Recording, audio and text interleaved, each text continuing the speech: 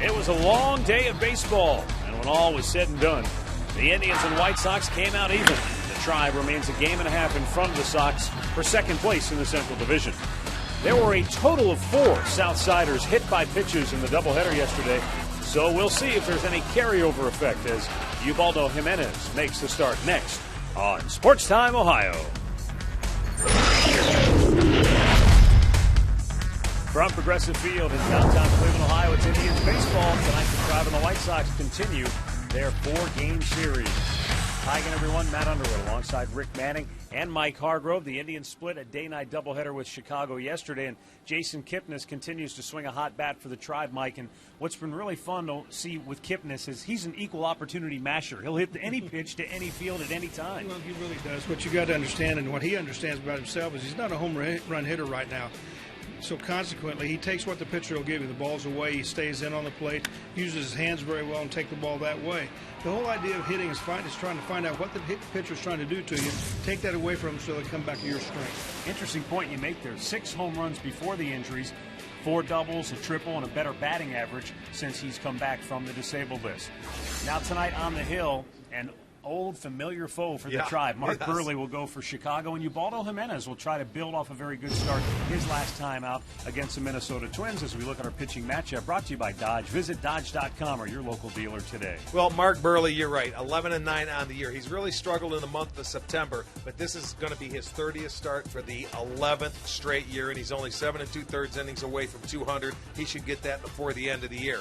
Matched up against Ubaldo Jimenez, who's already pitched 3 times against the White Sox this year, and he's 3-1 in his last 5 starts. He's been throwing the ball very well. He's been commanding the fastball much better, and he has to do that for him to be successful. He could go to his slider and then his splitter and hopefully put him away. So Ubaldo going up against a White Sox lineup where if he makes his pitches, I'd feel good about him tonight. Well, we know Jimenez will be back with the Indians next year. Mark Burley, that's still up in the air. Will he return to the Sox or will he go out on the free agent market at season's end?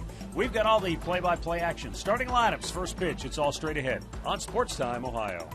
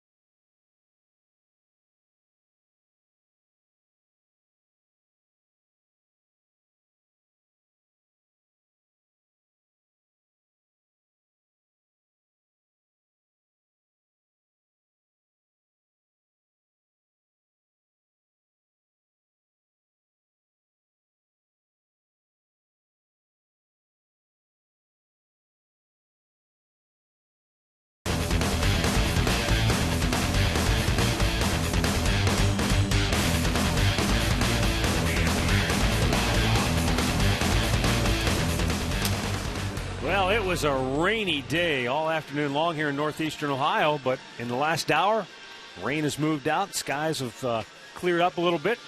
And at the moment, a beautiful night for baseball as the Indians take on the White Sox. It's Game 3 in their 4-game series. Let's look at Ozzie Guillen starting 9 tonight for Chicago as Ubaldo Jimenez makes his warm-up tosses. Alejandro Diaz leading it off, and it's Alexei Ramirez followed by A.J. Pierzynski. Alex Rios, Adam Dunn, and Diane Viciedo in the middle. Brent Morrell, Tyler Flowers, and Gordon Beckham rounded out. Ubaldo Jimenez making the start for the Indians tonight. Been pitching very well. He's 4-2 on the year, 4.56 ERA. He's pitched very well in Progressive Field. 2-1 this year, 2.25 in his 4 starts. So he is 1-0 against the White Sox. This will be start number 4 against him in his career. So let's see if Ubaldo can get him off started on the right foot.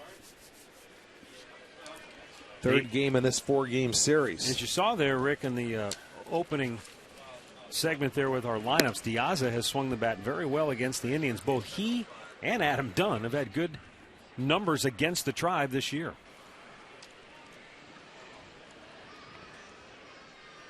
Remember, he had a couple of triples against the Indians when we were back in Chicago on August the 16th in a single game. That's when they hit 5. Would they come into the game? They had 9 triples. Right. You know, and they were last in the league. They hit 5 triples in one ball game, believe it or not. That's bounced foul. Yeah, Diaza over 400 on the year against the Tribe, and Dunn has hit 326, and he's batted 146 against the rest of the league. It's tough to figure out. That's why the White Sox have beaten the Indians. 10 wins against them this year. Jimenez with a 1-2. Bounced it in front of the plate.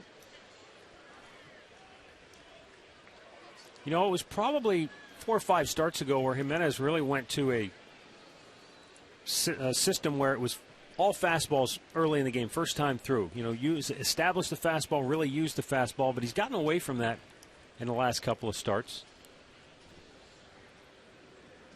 Swung on and missed. He has so many different weapons that it definitely is difficult for a hitter at times. Well, let's take a look at the Indians' defense, brought to you by Pat O'Brien Chevrolet, saluting the men and women defending our country and watching on the Armed Forces Network. Again, it's Duncan in left, Crow in center, Fukudome in right, Chisenhall at third, Jason Donald back at short, Kipnis is at second, Santana at first with Lou Marson behind the plate. Here is Alexei Ramirez checking on a ball down low. Well, for Jimenez, it's so important that he establishes his fastball. That's his number one pitch, his bread and butter. He can have 4 or 5 other pitches, but if you can't throw him for strikes consistently, you've got to have the number one thing you can go to. And then pretty much every pitcher is like that, trying to establish your fastball. You're right, Archie. I mean, every pitcher, you have to have a pitch you pitch off of. And the majority of guys, you know, it is the fastball. And if you're not locating that and getting that over the plate for strikes and pitching ahead, then you really have no place to go. Pop to right for out number 2. Take a look at the umpires for tonight's game. Marty Foster calling the balls and strikes. Bill Welke is at first base. Jeff Nelson at second. Tim Cheetah down at third.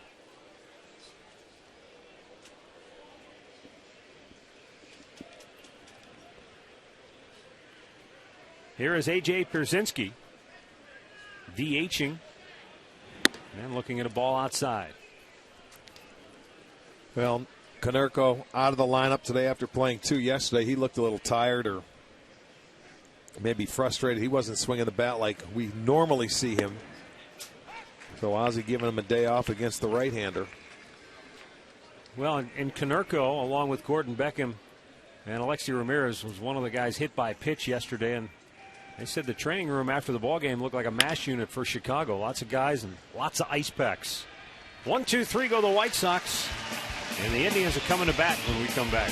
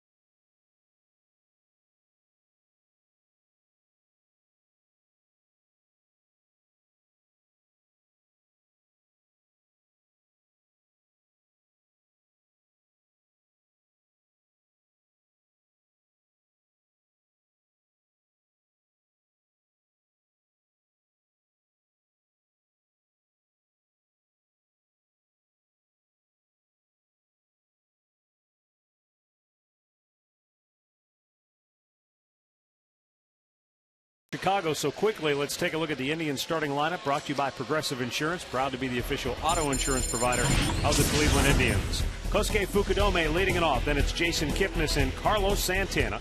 Travis Hafner, Shelley Duncan, and the red-hot Jason Donald. Lonnie Chisenhall, Lou Marson, and Trevor Crowe round it out.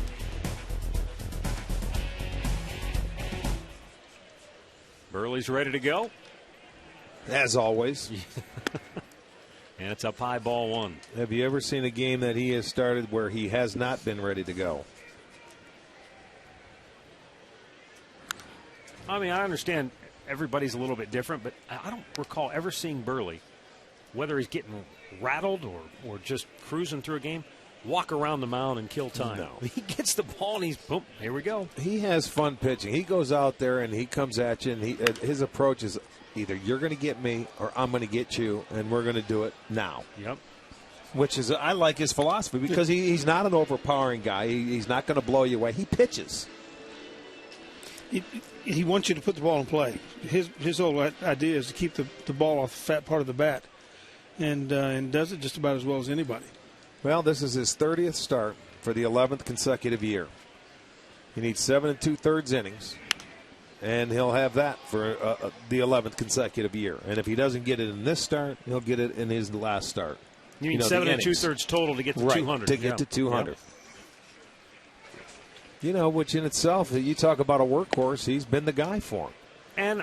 And, maybe a little bit selfishly, he wants to get that just to let everybody out there know he's not done, that he's still got more left in the tank, because Ozzie Guillen said when we were in Chicago, hey, this guy's going to pitch next year, whether it's here or somewhere else. He goes, Mark Burley's not done. Right. Well, he's a competitor. He's not done. Backhanded at second by Beckham. Flips it over. One quick out here in inning number one. Let's check out the White Sox defense, Home Depot defense. In the outfield, it's Diasa, Rios, and Viciato. At third, Morale. Shortstop, Ramirez. Beckham is at second. Dunn is at first with Flowers behind the plate. More savings, more doing. That's the power of Home Depot. There's Mark Burley making his 30th start. 11-9, 1-2 against the Indians this year. Making his 4th start.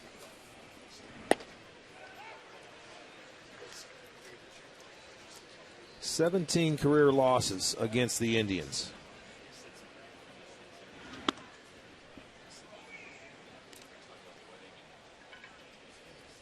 This is a guy with the no-hitter.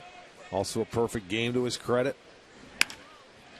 That's driven pretty well to deep left. Back is Diaza, and he makes the catch on the front edge of the warning track. And there's Jason Kipnis. Mike Hargrove talked about him in the open. He'll take the ball where it's pitched, and he'll hit it hard in that direction. In the open, we talked about him not being a home run hitter. At this point, what I meant by that, at this point in his career, he's not a home run hitter. And he's going about it the right way. He's fundamentally he's staying in on the plate. He stays back, uses his hands, uses the whole field. As he gains experience and matures physically, even more than he is now, then he'll start learning when to turn on pitches, because he does have some pop in his bat. We witnessed that earlier when he first came up. When we went to Boston, he homered in 4 straight games. Homered here on a Sunday. We went to Boston, went Monday, Tuesday, Wednesday. He's got to do something about that haircut. Come on, he's from ASU, man. You got to have that. That's that grunge look. I like it. You would. Yes, I would. The 2-1 pitch. Ripped foul by Santana. Hit it hard, but shaving your head. You got a point there. You know what I mean? You want him to shave his head like some of the other guys? I don't like that. What year was it when everybody decided to go blonde? Was that in the late 90s? Remember Richie Sexton and even Charlie Nagy? Richie Sexton looked like a Q-tip. Yeah, that was Nagy. Yeah, all those guys did. Nagy and all. Yeah, that's right. I forgot about that. I thought that was really good. You did too. I really thought that was good.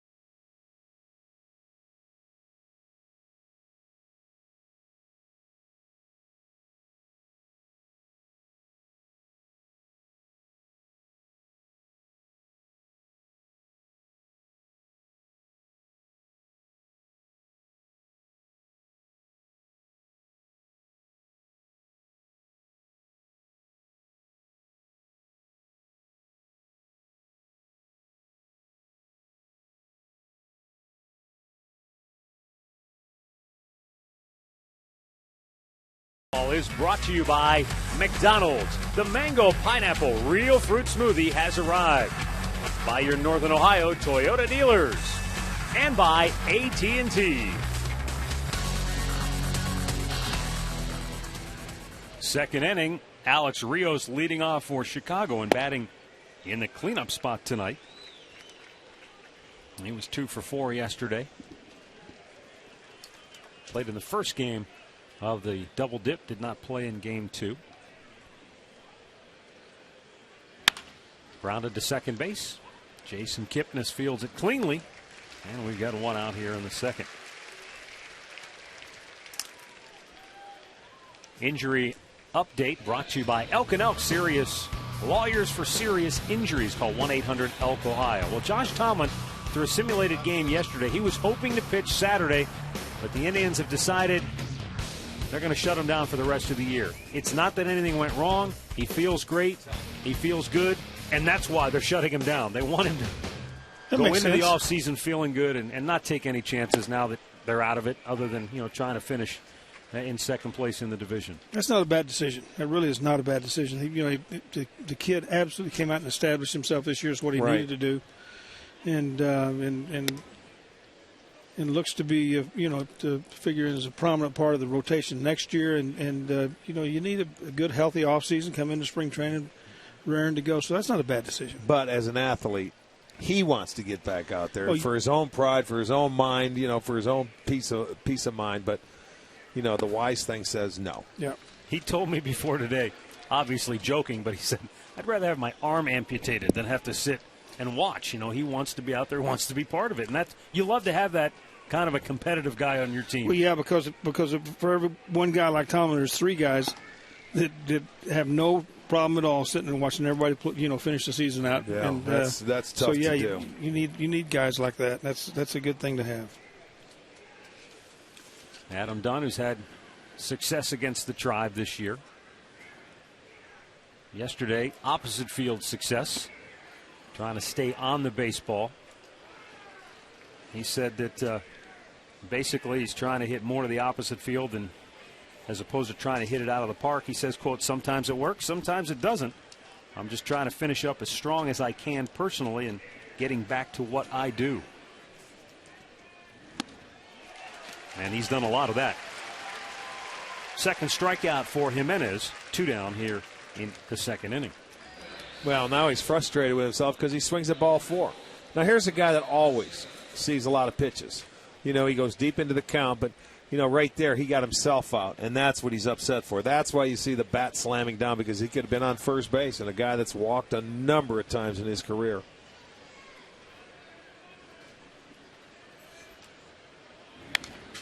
Viciedo with a wicked cut, fouling it back. I like to see guys that try to use the whole field, especially get themselves back to where they need to be.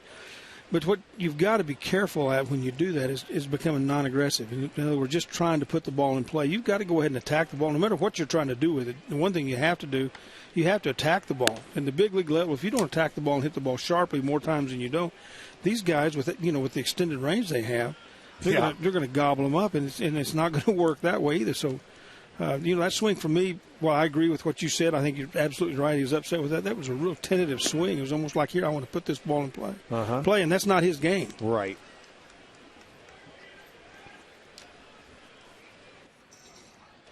Viciedo was 0 for 4 yesterday.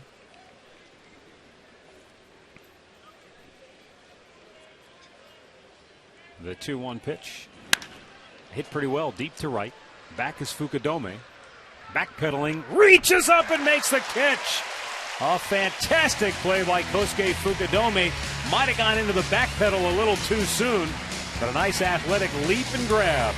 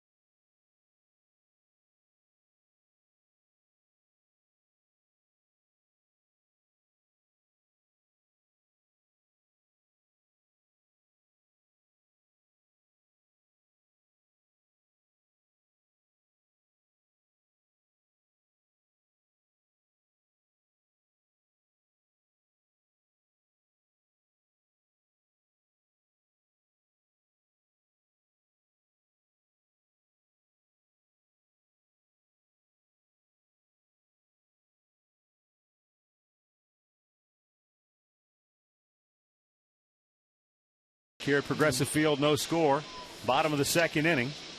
Travis Hafner, Shelly Duncan, and Jason Donald for the Indians.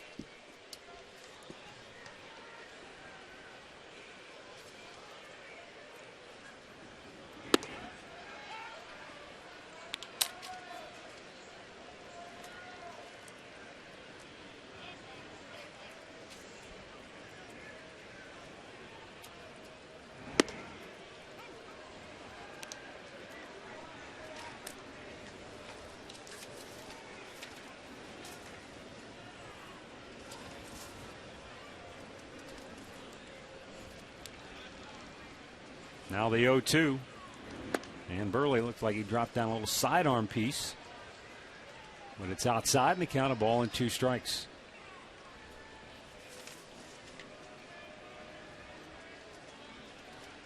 Six times he has been hit by a pitch from Mark Burley. Well, when you face him, as many times, over the years, you're playing him 18 times. Burley, this is his 4th start this year. He's pitched 5 and sometimes 6 times against a ball club. You're going to face him a lot of times. And he realizes, I have to pitch Hafner inside. You just can't stay away to a guy. But I do remember the one time he got him right in the face. Yeah. He suffered a concussion and then had a tough time coming back from that season. Nobody's been hit more than the White Sox as you check out our Ion 4 Powerade rankings. And Hafner draws a walk, so the Indians get their leadoff man aboard here in the second. Minor league report tonight brought to you by Kia. And congratulations to Mike Sarbaugh and the Columbus Clippers as they prevailed in the AAA National Championship game last night over Omaha. And Joe Martinez was named the MVP. He went 7 innings. Gave up all 3 of those runs in the first and then shut them out over the next 6. That's a way to do it. Chopper by Duncan. Slowly hit the short. Ramirez goes to second and he gets the lead runner. It's being alert knowing that it's Hafner running and he had time to get him. Still, it was a bit of an awkward looking transition to make that throw. Well, you're right on the head when you say who's running. The speed-wise. He had Duncan at first base easily, but why not get the lead runner if you can? For Burley, he does just that. Well, here's Jason Donald.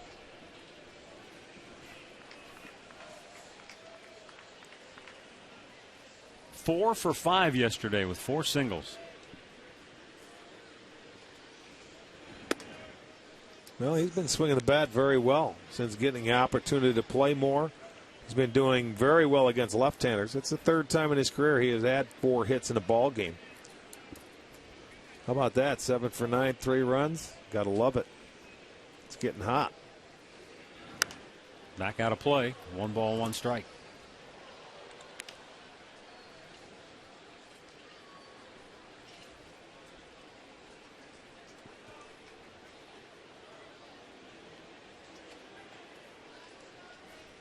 You go back to spring training when this kid was going to get the starting job at third base when you were down there in uniform and then got hit by a pitch. He's had a tough year. And it's changed his whole year, right? The whole complexion. Then he was down there playing well in Columbus, and then another injury happened, another hamstring. And they were getting ready to call him up. Right. It's been a tough year for him. He's persevered. I think I said it last night. I really respect and admire guys like that. Him, Shelly Duncan, guys that can take those knocks and still fight through it.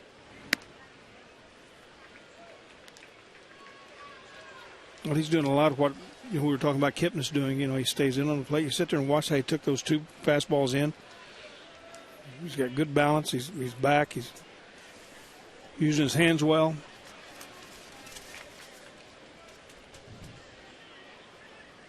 (3-1) pitch.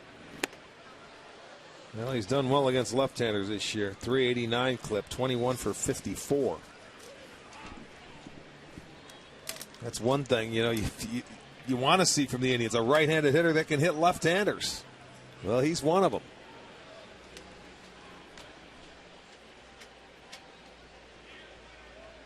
Now the payoff pitch.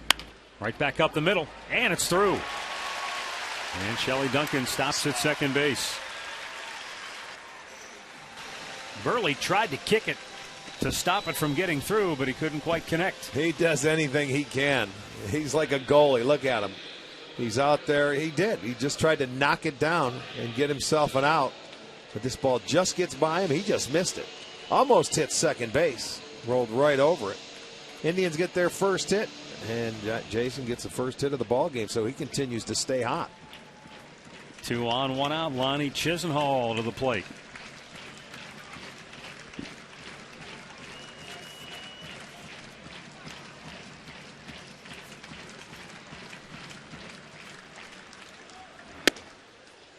He's a young man that's getting more confidence, every time he plays out there compared to when he was first called up. You can just tell by the way he's swinging the bat. Well, you watch him. The more bats he's gotten up here, the more patient he's been. He's seeing the ball better.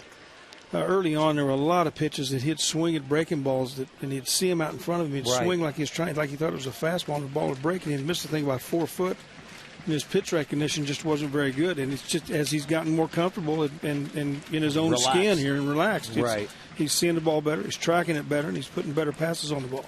Had a whale of a game off Burley in Chicago where he took him deep twice, both on breaking balls. So let's see what Mark Burley does to him tonight. When you look at Lonnie back last week when we were in Chicago, or 10 days ago, he got a breaking ball, curveball there. He went yard, and then he got another one. That was the big curveball he tried to throw him, so we'll see if he stays away from that or he bounces that pitch this time here to him. Just fouled a pitch off, and it's 2-2.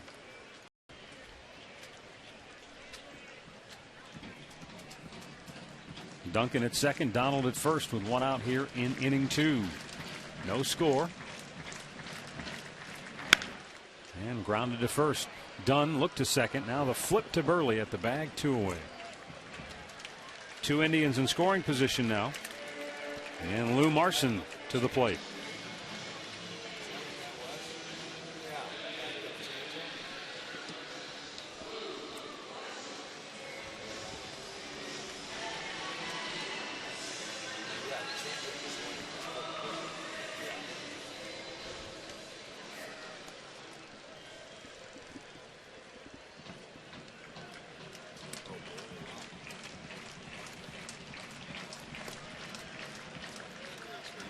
Lou Marson, a little slow tapper, hit to short. Ramirez on the move, throws him out.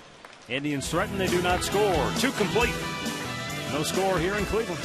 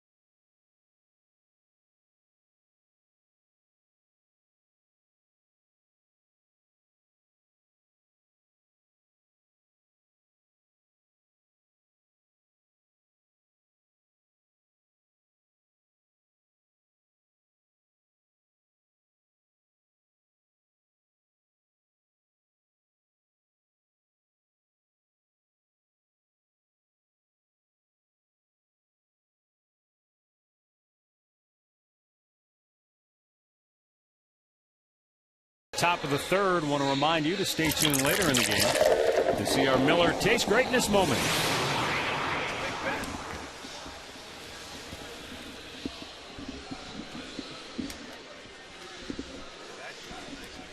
And we move to the third inning here at Progressive Field, where it will be the bottom third of the White Sox order due up. They see the cameras. They know. They're on. Brent Morrell, Tyler Flowers, Gordon Beckham for Chicago here.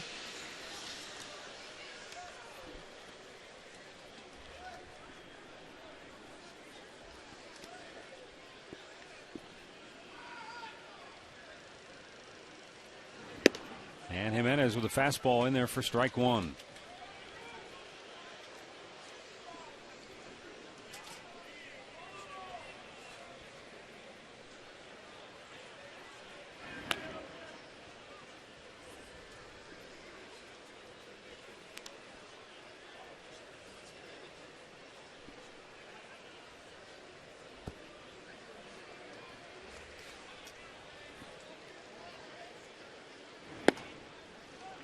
Again, the fastball located well there, and he's ahead in the count, 1-2.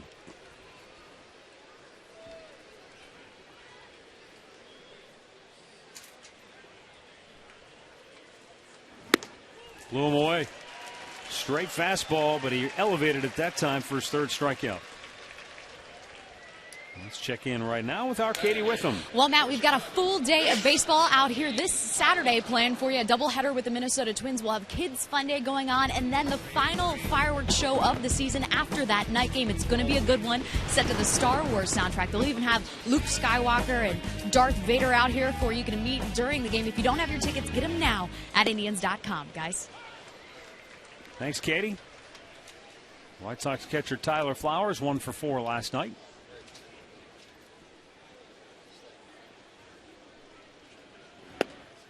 A late swing at that 96-mile-an-hour fastball, and boy, he's been able to locate the heater here tonight. And right now, he's just staying with it. Why not? I mean, you can elevate it too. These guys aren't going to catch up with it above the belt. That was free and easy, that 96, that last one. There you go, 97. He was just a tad tardy. That's pretty special. You know, he sat there the first 2 innings throwing the ball 90-92, and then all of a sudden he gets there 96, 96, yeah, 97. I mean, he's loosening up, and it's easy.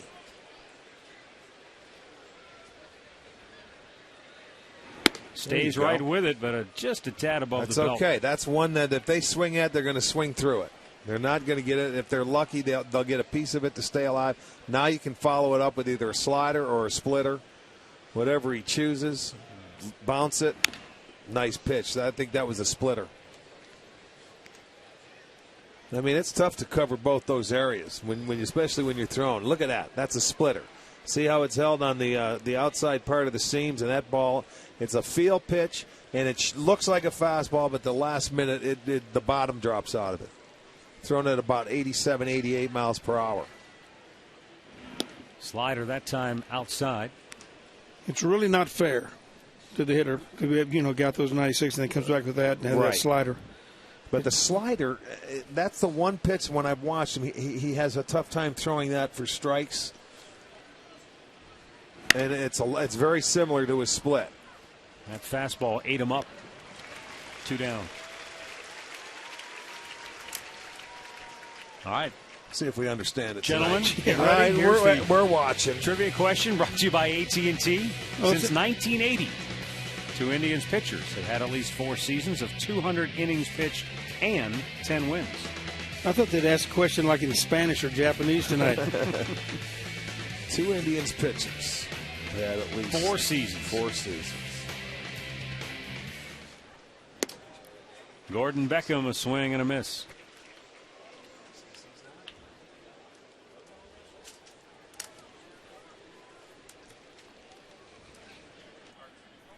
Gordon Beckham 3 for 3 with 3 doubles last night. And then his last time up, he got plunked.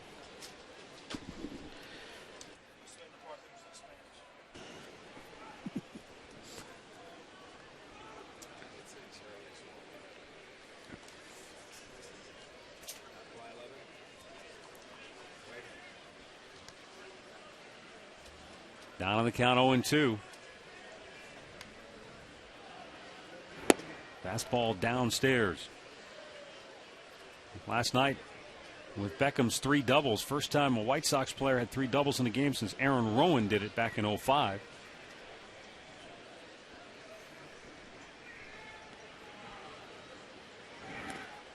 Afterwards, Beckham said, "I had a different feel mentally that I haven't had in a while, and it was really good to have." It was one of those nights.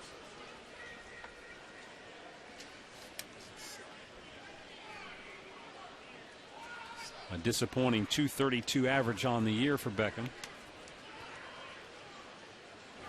And he might have gone too far on the appeal, and he certainly did. 2 strikeouts here in the third, 4 in the game for Jimenez. 1-2-3 for the third straight inning.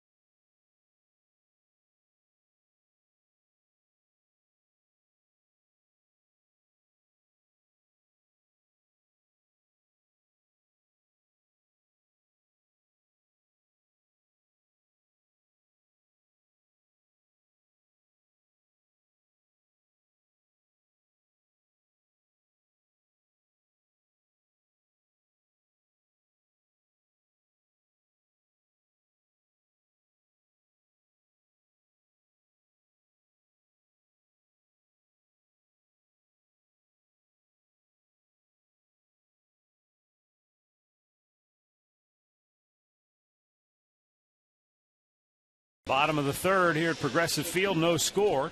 Trevor Crowe, Kosuke Fukudome, and Jason Kipnis due for the Indians. Mark Burley delivers a first pitch strike.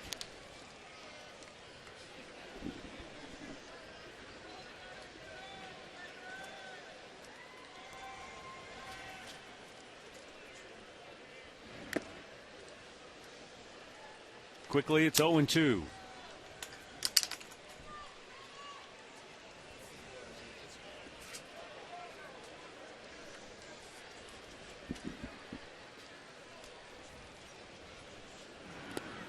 Mark Burley is one of those pitchers who has just been very consistent throughout his entire career. He's never had a season that blew you away statistically, though he did win 19 games in 02.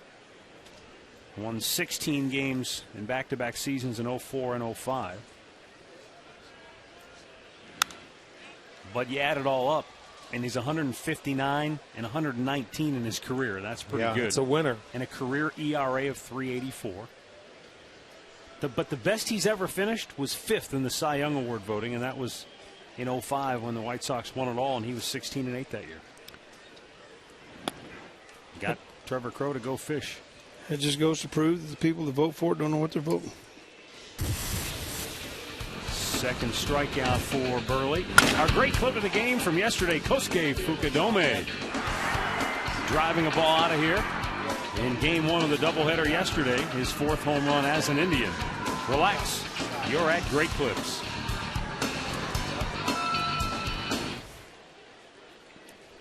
Tell you what, he also his Mike. He's a manager's dream because you look at his stats every year, and as Rick pointed out, he just needs 7 2/3 the rest of the way to get to 200 again. Every year, you're in your office figuring it all out for the year. Mark this guy down for 30 starts and 200 innings. You know, those are the guys you're looking for. You're looking for the guys that you know within certain parameters what you're going to get that year. I mean, it's you never worry about it. No, you know, once you pencil him in, he's there for the year. It doesn't matter. He may have some down periods, but he's going to be there. He's going to have some good ones as well. But he's going to stay healthy, and he's going to give you everything he's got that night. That's all you can ask for. I mean, we were talking earlier when we played for Dave Garcia. Dave used to say, 80% of one player a lot of times is better than 100% of another guy, and that's why guys will play hurt.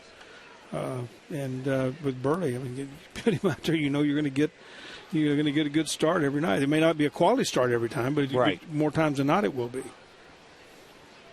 2-2 pitch. And won back-to-back Gold Gloves, and last year he might have won the Gold Glove on opening day. He may have absolutely secured it with that fantastic play he made on Lou Marson. Fouled right back. It remains 3-2. Well, he's the kind of guy that you'll never appreciate until he's gone. You know, and you don't have him around. You're thinking, my goodness, every 5 days, where is he? We miss him. Huge hole in your rotation. The 3-2. Rounded right at the second baseman, Beckham. And we've got 2 down. Let's check in once again with Katie Witham, who has more on Jason Kipnis as he comes to the plate here in the 3rd inning. Well, guys, Jason Kipnis staying on the ball a lot longer, seeing it better at the plate, and he credits that to being more prepared. You know what? He told me earlier there's a huge difference between the majors and the minors. He said, there's a lot more film to study up here. The lighting is even better in the ballparks, and that makes all the difference. All right, thanks, Katie. Kipnis takes a look at a strike. He's got a tremendous eye at the plate. That's something that we've noticed in watching him. So when he goes to the plate, he's obviously got a pretty good plan. Well, that's one thing you have to have every day when you walk up into that box is a game plan. Mark Burley with a 1-2-3 3rd inning. And we are scoreless through 3.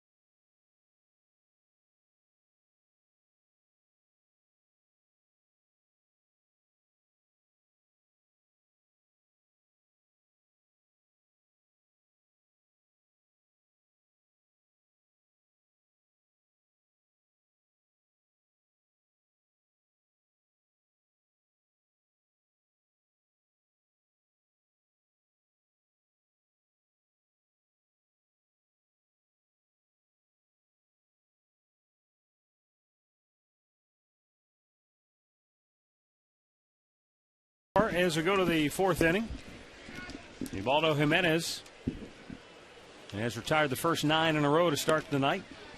He's now made 40 pitches, and 25 of those 40 have been strikes. 6 out of 10 first pitch strikes. Right at the third baseman, Chisenhall, and after it kicks out of his glove, Diaza is safe at first.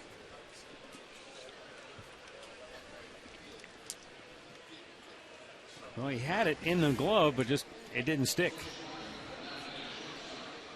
Now on the backhanded side, that's one I think when he gets ready to flip it up and turn it around, it just took off. Well, they give him a hit.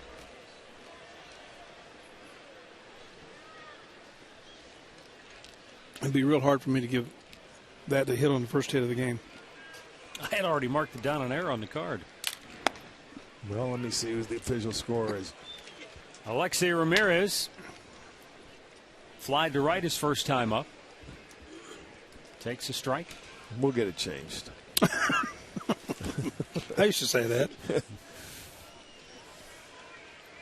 Well, you know what? Sometimes you look at it, and they have to look at it twice. The official score and get a replay and see exactly how hard it was hit. And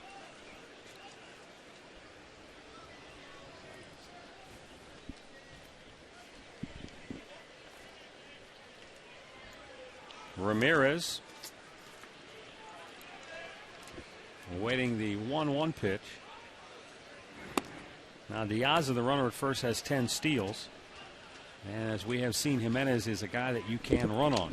yes, you certainly can. You have the right guy behind the plate tonight with Marson if you give him an opportunity. But, you know, most of the stolen bases are going to be off that pitcher getting the jump because he's got that long, there it is, the leg kick.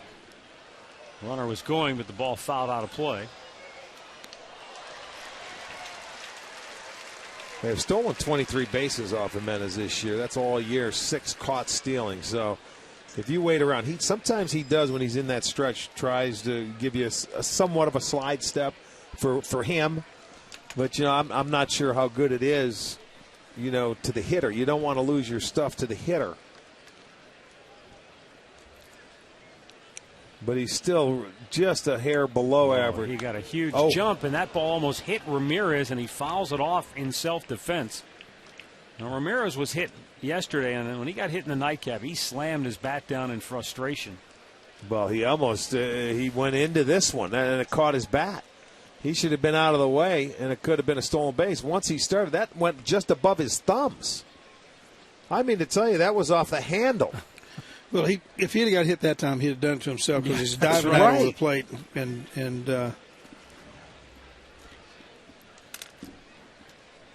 I'm sure Ozzy's real happy he did that.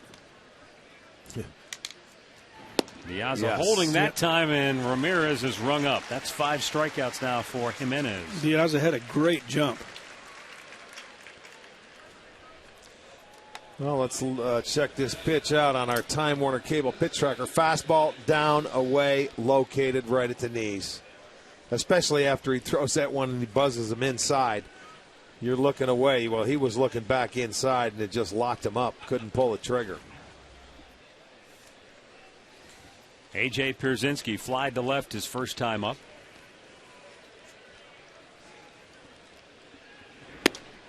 And the pitch up and in for ball 1.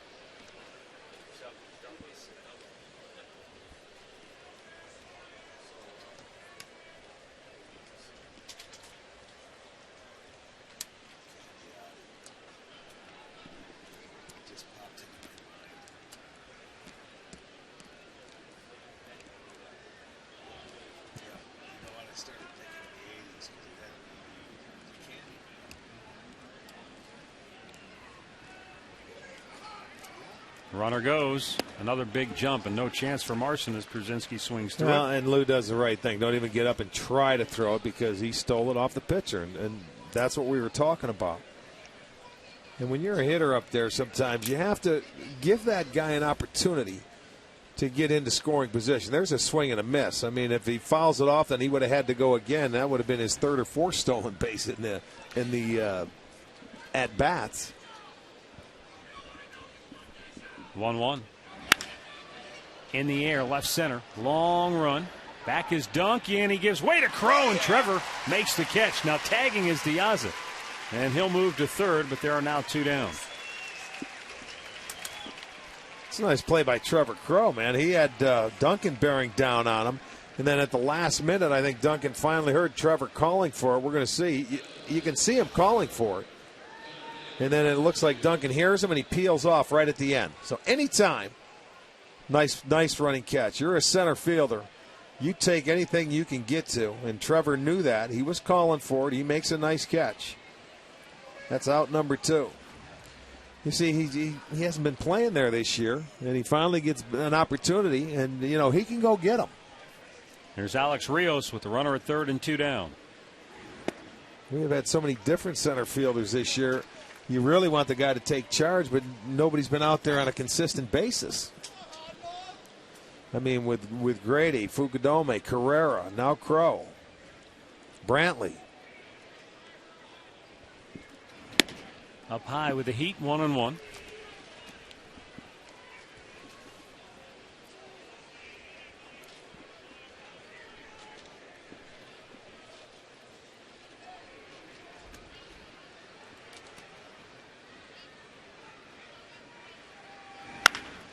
Hit hard to third. Chisenhall picks it up, throws him out, and the inning is over.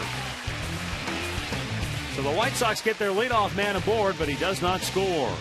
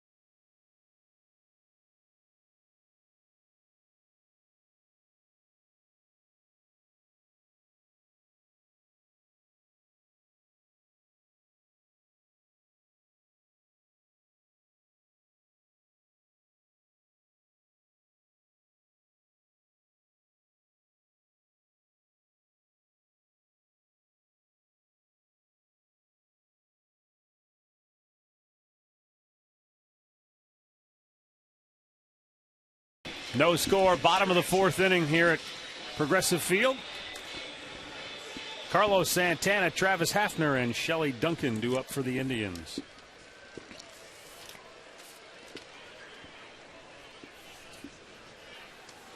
Santana struck out his first time up.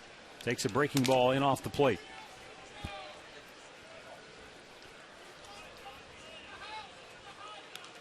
Foul off the end of the bat.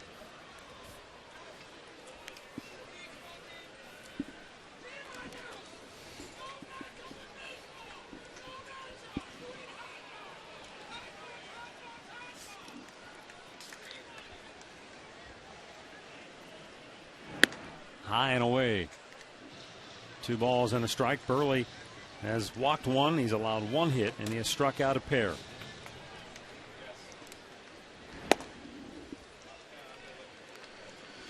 Two balls, 2 strikes.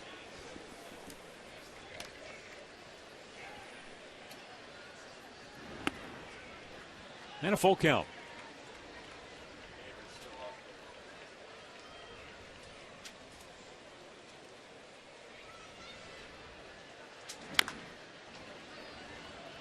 Beat himself off with that foul ball. This is where Carlos has got to remain patient and try and stay the other way, because Burley will never give in.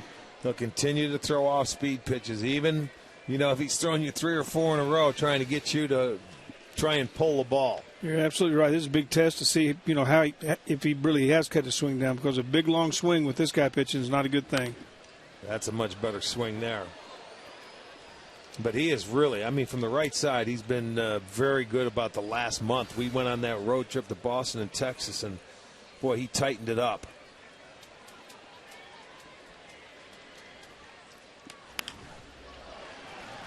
Jammed him, and it's fly ball to left for out number 1.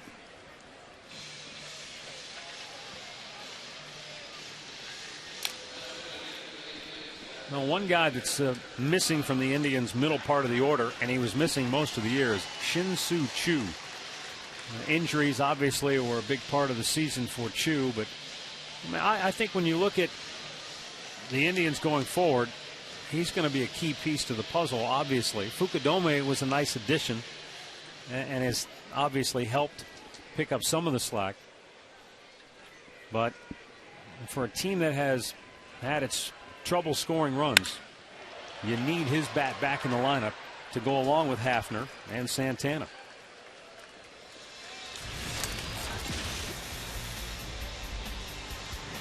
Well, anytime you get a guy that's a middle of your order hitter, and he's going to miss most of the year like Chu did, and even when he started the year off, he didn't start off on the right note. But this is a guy that is an impact in the lineup, and I mean he's a 320-20 guy, and has been up until this year. You're certainly going to miss him in the lineup. I mean, he's that every day. Not only that, he's a terrific right fielder. He's got one of the best arms in the league. I mean, that's you don't replace guys like that. Well, the thing of it is him being out of the lineup, he affects the other people in the lineup. It's not just the production you miss from him; it's the protection he gives to the other people in the lineup. And you take a middle of the order hitter out of the middle order or out of the lineup completely, then everybody, you're having to shuffle people into other spots to where their talents don't necessarily match that spot. What's needed out of that spot? Yeah, that's right. Santana hitting fourth or Cabrera hitting third. You know, I loved it when Chu could hit third, Cabrera could hit second, and you can move your middle of guys around. But when you're not healthy, you can't do that. Now the 2-1 to Shelley Duncan. Big bouncer to short. Ramirez went to a knee, and he throws him out. Indians go in order, and Burley has retired 8 straight. We are scoreless through 4.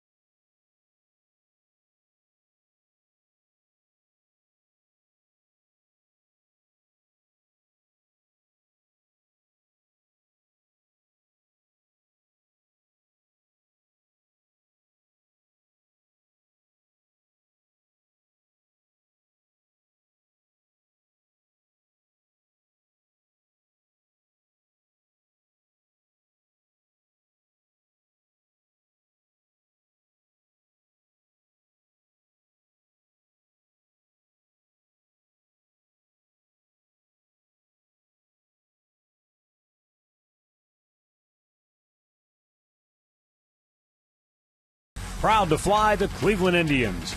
And by Panini's. Like Panini's franchise group on Facebook for your chance to win giveaways and prizes.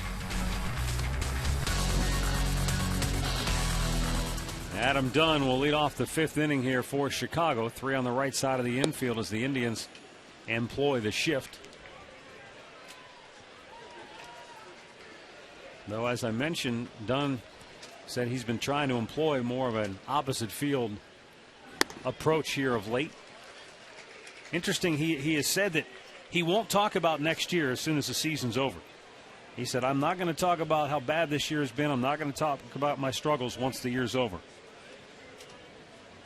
I bet he can't wait for another week. He said, now, I don't know what Dr. Phil or anyone else would say about it, but that's the way I'm going to go about it. Good for him. It'll be history.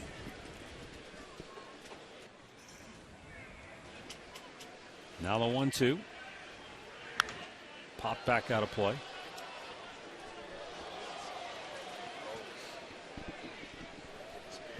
Dunn says it's obviously been a hard season, but he went on to say, not for me. It's been harder for my family and everybody who's close to me, probably because every time they go out, people want to talk to them about why is he struggling. Outside, 2-2. Oh, believe me, it's been hard for him, too. Oh. I don't think anybody was buying it.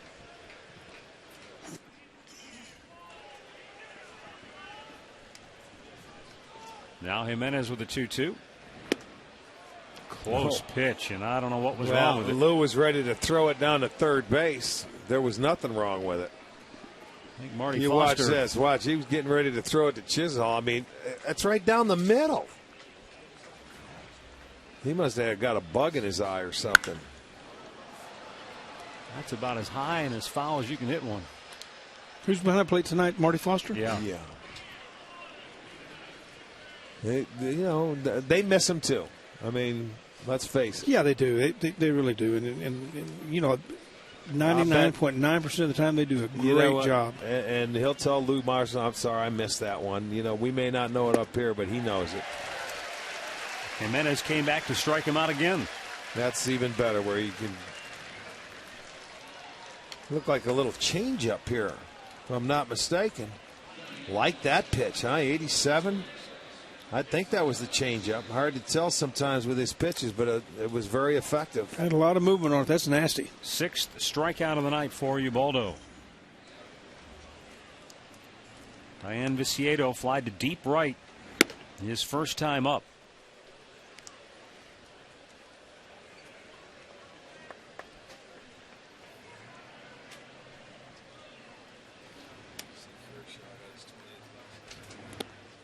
Bounced the breaking ball in, 2-0.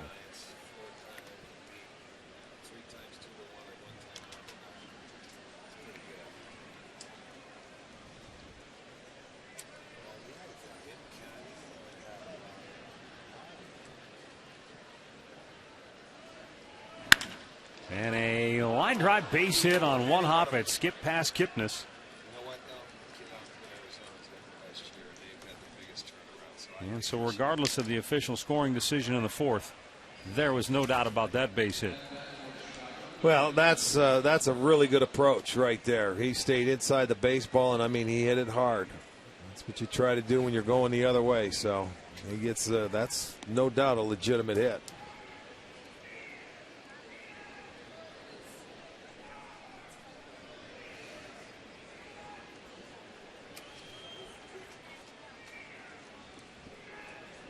Brent Morrell struck out his first time up. Runner goes. And a chopper towards third. Chisenhall throws out Morrell. Viciedo into scoring position with 2 down.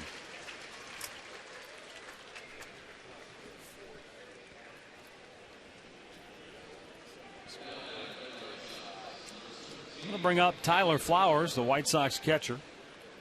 He grounded out to second base his first time up here this evening.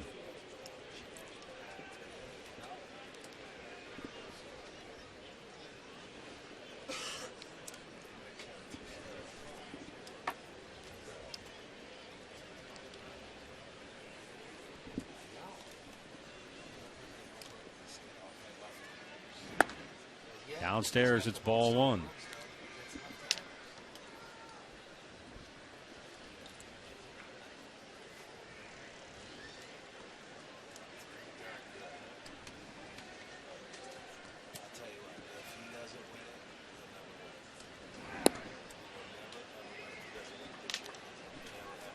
Boy, barely any breeze at all. Kind of a weird weather day with the rain we had earlier, and it's actually it seems like it's gotten warmer as the day's gone on. It can rain all it wants before game time, before 7 o'clock. Once 7 gets here, it's been beautiful.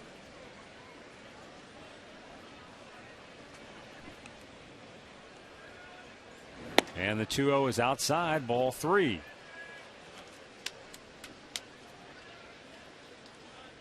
Gordon Beckham waits on deck.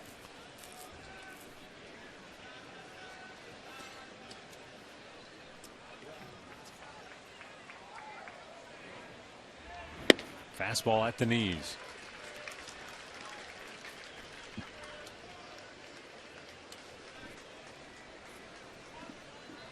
No score here in the 5th. But the White Sox have a runner at second with 2 down. And a 3-1 count for Tyler Flowers. Full count.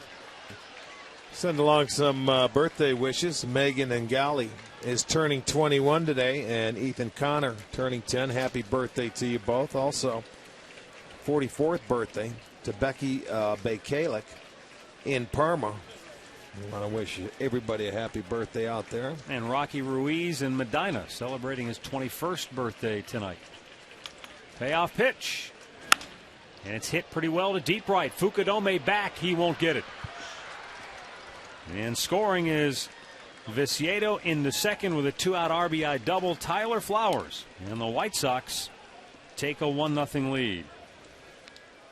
Well, he drove that ball. I'll tell you, he hit it a long way. And, I was watching Viciedo. He just took off running on the 3-2 pitch, and he was on second base. And, there was nobody on first. If that happened to be a ball and he walked, they could have got him at third base, but he ended up smoking his ball to right center field, so no problem. He scores. Moot point, and they get it in, so White Sox will take a 1-0 lead for Flowers. That's his 12th RBI and his 5th double.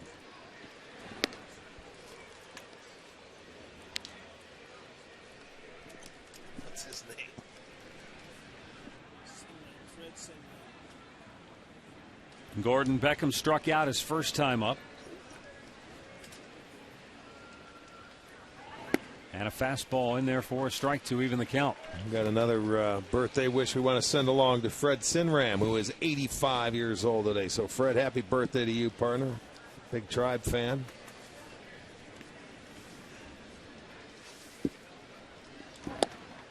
It's down low. 2-1 to count. This next pitch will be number 75 for Jimenez.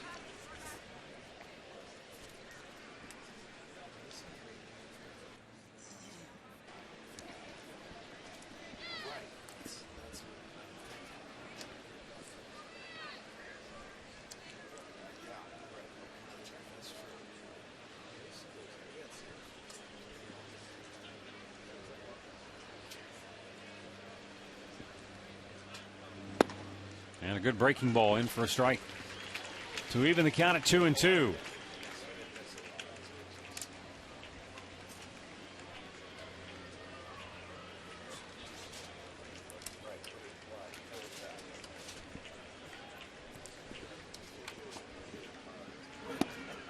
Low and away, full count.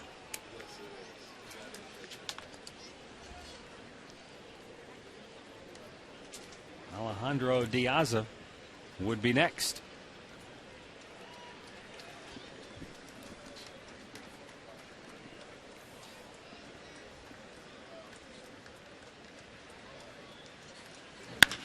That's clubbed in the air deep to center. Back goes Crow. He's there. And he'll make the catch to end the inning. But the White Sox get a couple of hits, score a run. Middle of the 5th, they lead it 1-0.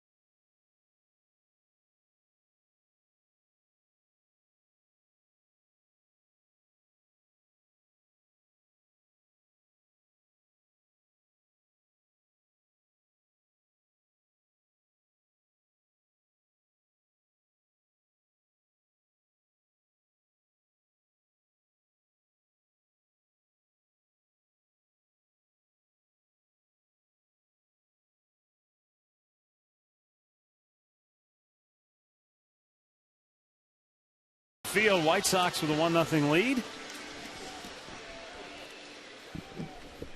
Jason Donald, Lonnie Chisenhall, and Lou Marson for the try.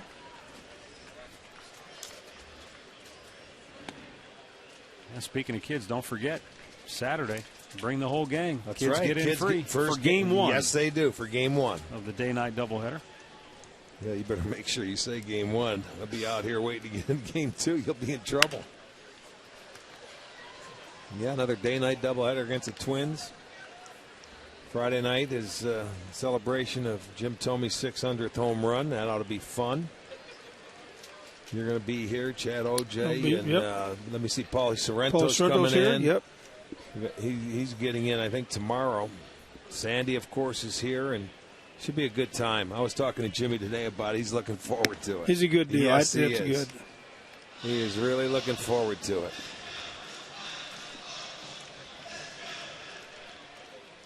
Big O's in town. No, he won't be Friday night. He'll be leaving town tomorrow, but they had their picture taken yesterday.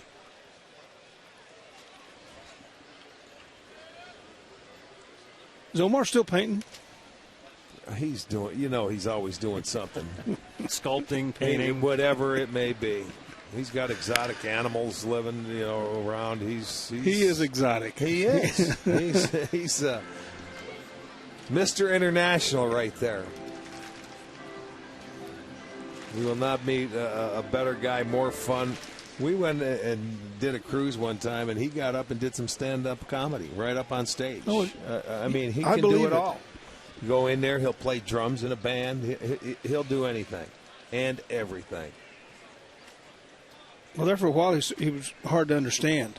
Early on, hard to understand. And he'd say something funny or trying to be saying something funny, and people would laugh just because he was so animated. They couldn't understand a word he was saying, but he was so animated that it'd make everybody laugh. What a good guy. Really good guy. Only 11 gold gloves in that closet. 2,805. I wish he would have gotten 3,000 hits. Well, you got Omar Vizquel, and then about 10 yards away from him is Sandy Alomar. And, of course, Jim Thome back with the Indians. So that's three of the real pillars of that mid-'90s team all here tonight. One of the best eras that a lot of people have ever seen in Cleveland Indians baseball history, without a doubt. So many of the guys went on from here and played prominent roles, with other ball clubs. Right. I mean, it's kind of sad to see, but it was good in a sense also that you were seeing them be successful other places. And they cut their teeth on baseball and learning how to play baseball, and awfully good here. And it's a lot of fun. I mean, it was an absolute blast. Yeah, with all those flags in the Central Division, AL champs, and also 455 consecutive sellouts. That was unheard of at the time. Lonnie Chisenhall grounded to first his first time up. Mike, I know you never did, because when you're the manager, you always told me you expect the best but plan for the worst. That's kind of the mentality. But did you ever get the sense that anybody ever took for granted what was going on during that stretch? That when you guys won so often and the crowd was packed, the house was packed every night. Did you ever get the sense that anyone ever started taking it for granted that it was going to always be that way? You mean our players? Yeah. No, not at all. I think it's what made them so special. I mean, they were awfully good. They knew they were good. Yeah, they did. But they never took it for granted. If they could beat you by 100, they wanted to beat you by 100 that night. And that's the fun part of it. That's a good philosophy to have. Yeah, it is. Yeah, it is. It really is. And it's something that we preached all the time, that once you get somebody down, don't let them have a chance to catch their breath. I mean, not only were the players good here, but so were your coaches and everybody you had in uniform. Staffs. Yeah, yes, great staff. From Jeff Newman, Buddy Bell, Dave Nelson. Toby Hare was here. I mean, and we're going to leave somebody out, and Mark Wiley and the guys go on and on. I mean, you can't start naming them because you won't name everybody. They all contributed. How about Louis Isaac? Oh, he had a great move, and Donald had his head down, was trying to get the second, but Burley. Yeah, one of the best at the pickoff. He's the pickoff master. I mean, over 70 in his career, and he just continues to do it. And You almost have to guess. Exactly. I was just going to say, Rick, with him, you're not going to probably pick anything up. You just guess and hope he throws home. Well, that's what he was doing. That he was going on first move and just guessing he was going home. And he just guessed wrong. That's okay. I mean, that happens. And Lou Larson promptly singles. Doesn't that always happen after you get picked off? That always happens. One of those Murphy's Law of baseball rules. Our game recap brought to you by your Northern Ohio Toyota dealers. Great pitchers duel. Ubaldo Jimenez has allowed 1 run. He has struck out 6. Mark Burley has allowed just 2 hits now through 4 2/3 innings. And it's a 1-0 White Sox lead. Find out about more than 30 Toyota offers available now at buyatoyota.com.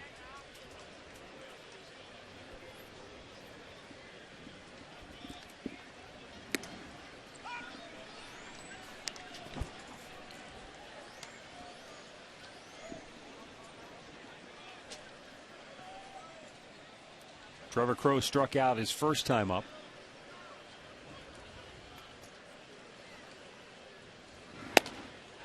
I always find it's almost humorous, when people will say, well, the fans here got spoiled by the Indians in the 90s. Well, of course they got spoiled. That's the whole point. Right, that's exactly right. Like that's something bad. I remember talking to Colin Tony La Russa and Tom Kelly both up in '95 when we were going on into the postseason and into the World Series, and just asking him, what can I expect? What do I need to pay attention to with the ball club? And he said, Mike, both of them to a man, they both said, look, don't get so caught up in the.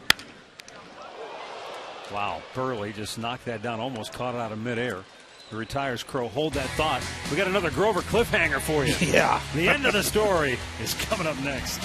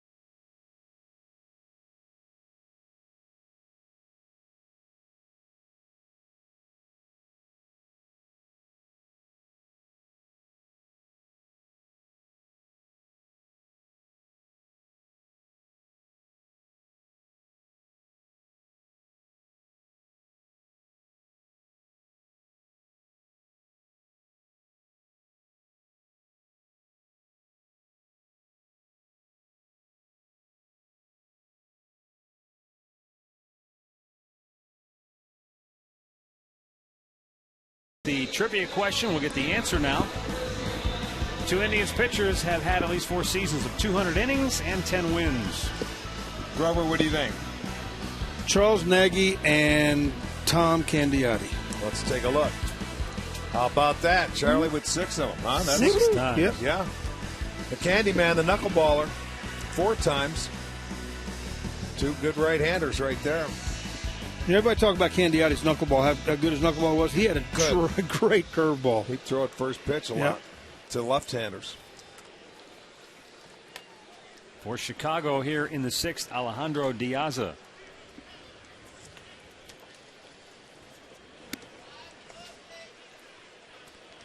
In the first 4 innings, Jimenez did a nice job of first pitch strikes. He was 8 of 13. In that 5th inning, he struggled a little bit, 1 of 5.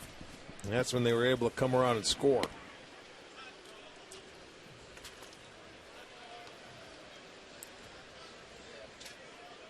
Our scoreboard update brought to you by your Northern Ohio Ford dealers and the all-new 2012 Ford Focus. Ford, drive one. 3 balls, no strikes to count.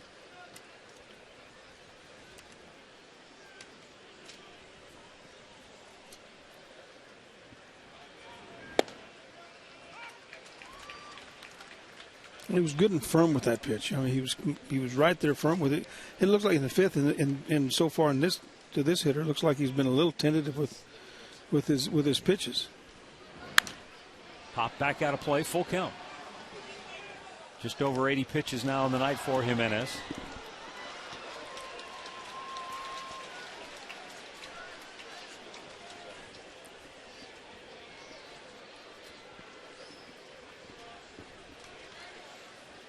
And the 3-2 is came by. Right 3. He got him.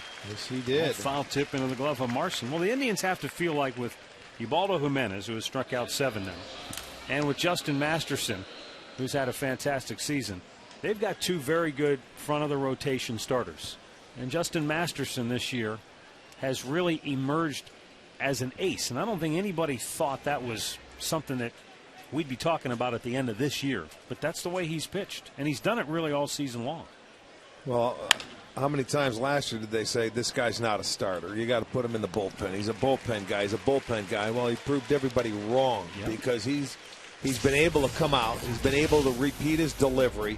He's thrown so many strikes this year. He's got such great movement on his fastball, and he's predominantly a fastball. He will mix in the slider, and not a lot of changeups, but he comes right at you, and he has by far been the best.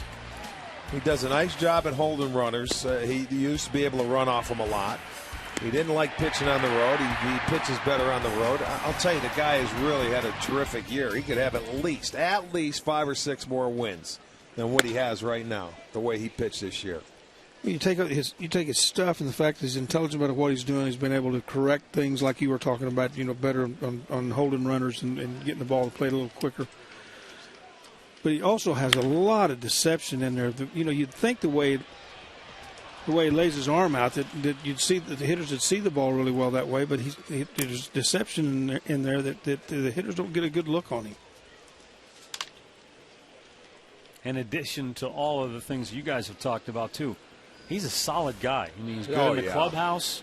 Great guy. Obviously, the other pitchers take to him. He's a great guy. He gets along with everybody. If you don't like Justin Masterson, there's something wrong with you. Always has a smile on his face and always says hello. Yeah. But, in addition to that, he's the Indians' Roberto Clemente Award nominee. And they had a nice little presentation before the ball game today. And thought it was interesting that Ozzie Guillen was up out of the White Sox dugout and applauding as Masterson was, being honored before the ball game, and that tells you that he commands the respect of his opponents as well. Well, they see the side of him that's a fierce competitor. That's the thing. That's the thing they see. There is a long drive, deep left center. Duncan tracking it back on the wall. He gives way to Trevor Crowe, who makes the catch again, and the inning is over. So a loud out ends the 6th. It remains 1-0 Chicago.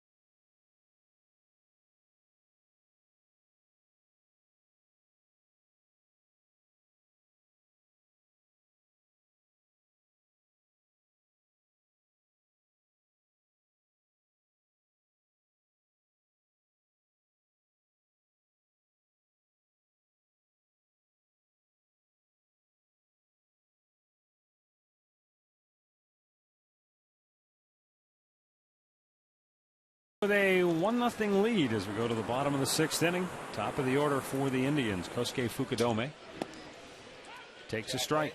He'll be followed by Jason Kipnis and Carlos Santana.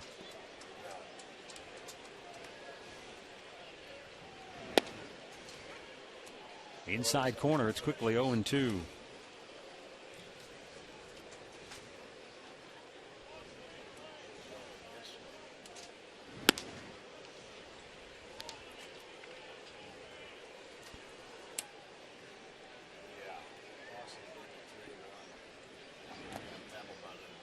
That sidearm delivery missing. 2-2.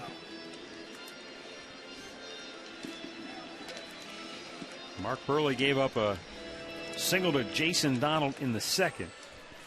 And a base hit to Lou Marson in the 5th. And that has been it. He also walked one, and he has struck out a pair.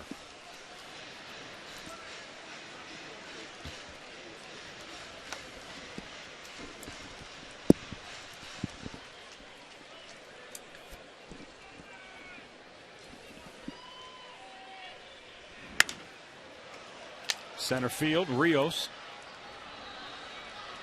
And we've got one down here in the 6th. Our Miller tastes greatness moment. Grover might remember this one on this date, 1998. Indians, Yankees, Enrique Wilson with the bases loaded. Oppo. Salami.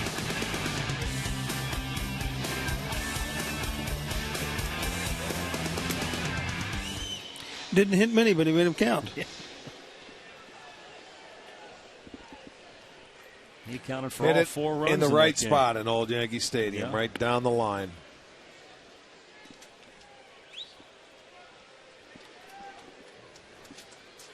I guess my lasting memory of Enrique Wilson is later that year in the postseason.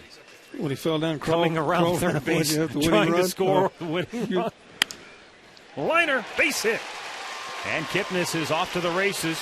He'll head for second, and he'll get in there standing with a 1-out double. That is a tough out, I got to tell you. Yes, he is. Enrique Wilson's nickname on the ball club, the guys on the club called him El Tortuga. The turtle? Because he looked like a turtle. I thought, God, that's kind of cruel, isn't it?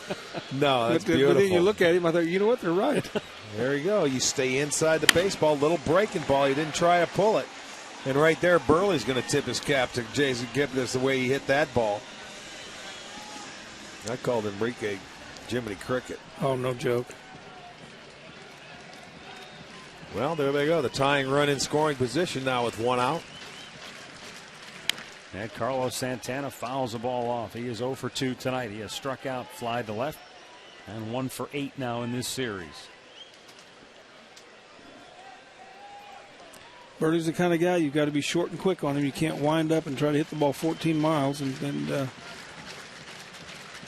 so far, Santana hadn't been able to do that. 0-2. Well, as a hitter, you're always sitting up there. You're figuring, okay, I got to stay back. I got to stay back. You finally stay back when he throws you the fastball in and jams you. He knows when to throw it like that. He tied him up. Bad base run. Oh, Kipnis is caught, and the throw to third gets him. 2 down. Not when you're in scoring position. 1-run game. He realized that once he took off. Anything in front of you going to third base, you have to stay put and make sure that ball gets through the infield. And as soon as he took off, he knew it.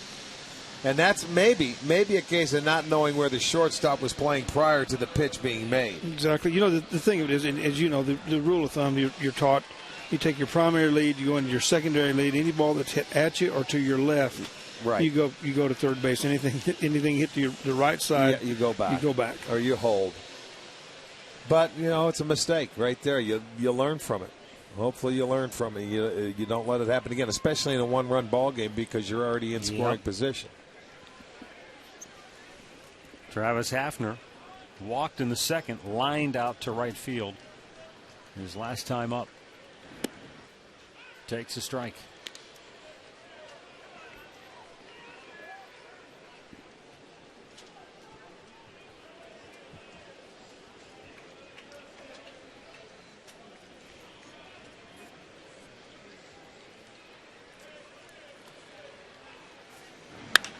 There's a high drive, right field. Back is Viciedo. He's on the track. He's at the wall. He's out of room. It's out of here. Travis Hafner's 13th home run of the year puts the Tribe on top, 2-1. Well, that's how the big boys hit them.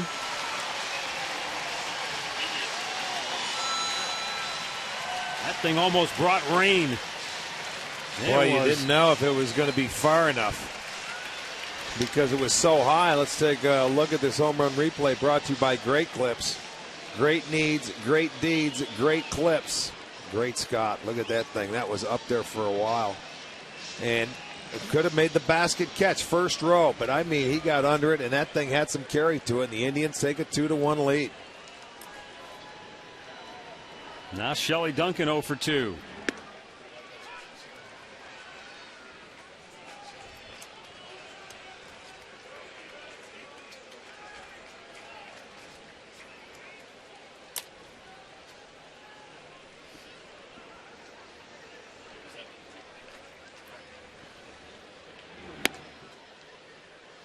One ball, one strike.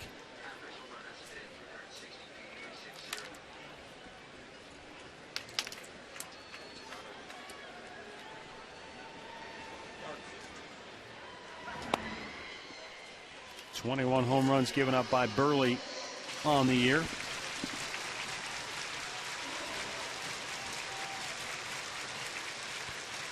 For whatever reason, Mark Burley this year, the highest inning, his ERA is in the 6th inning. It's up over 6. He had a chance to get out of that inning with the base running mistake. Hafner made him pay. The Indians able to take the lead. There you'll see 4 through 6 in the middle when you break it down into threesomes, with thirds. But that 6th inning is the highest ERA for the year. And the 2-2. Pop back, and this should find the seats. Just barely. Well, I guess, it stands to reason that you get to the 6th inning. For a pitcher like Burley, you're getting close to the end of the night. You get a little tired. You leave a few pitches up in the strike zone. He's not overpowering. I'm sure a lot of pitchers can say that. Yeah, you get into this part of the ball game, you're going through the 3rd time of the lineup, 3rd time through that lineup. So they have an idea how you're going at them. You make a mistake, and one of the big guys hits one out. Back to Burley, the flip. The inning's over, but Hafner's 2-run homer has the Tribe on top, 2-1 as we go to the 7th.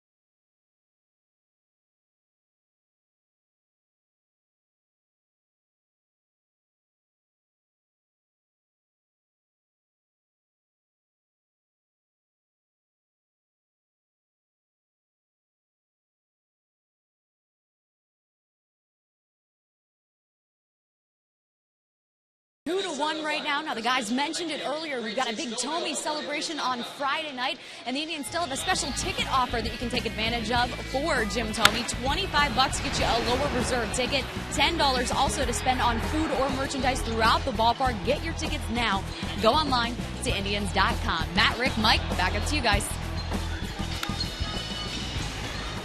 Thanks, Katie. As we go to the 7th inning, defensively now for the Indians, Trevor Crowe has gone from center to left. He's been terrific in center field tonight. And Ezekiel Carrera takes over in center field.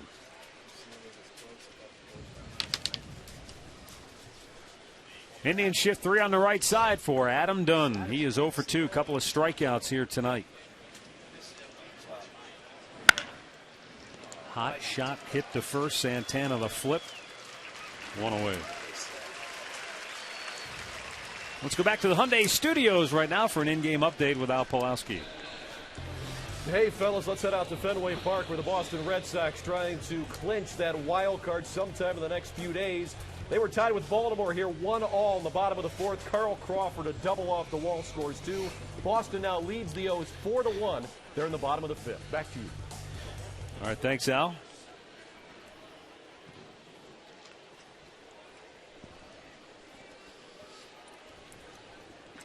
Diane Viciedo singled and scored the only run of the game for Chicago in the 5th.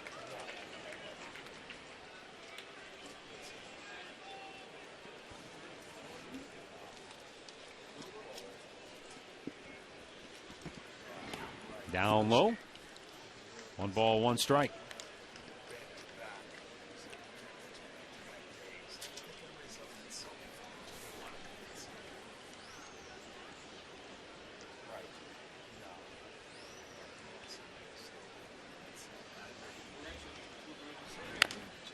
Fouls that over toward third.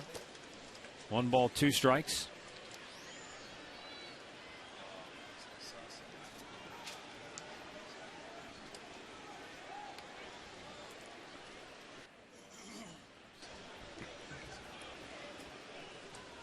Just now getting some action in the Indians bullpen. That's in the dirt, and it's 2-2.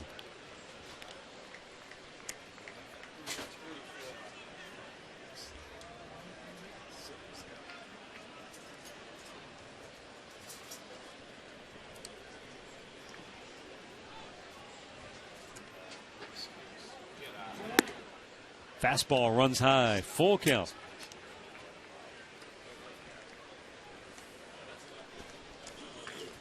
Corey Kluber.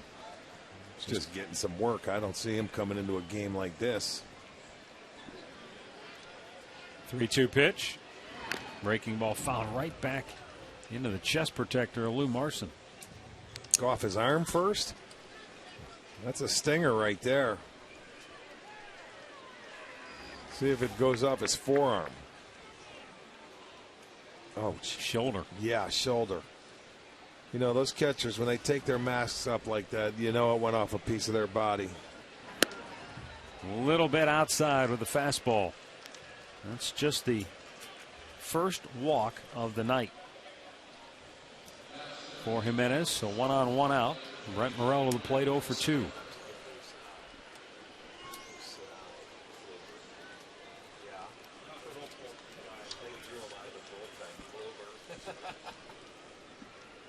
Morel struck out on the 3rd, grounded to third base in the 5th.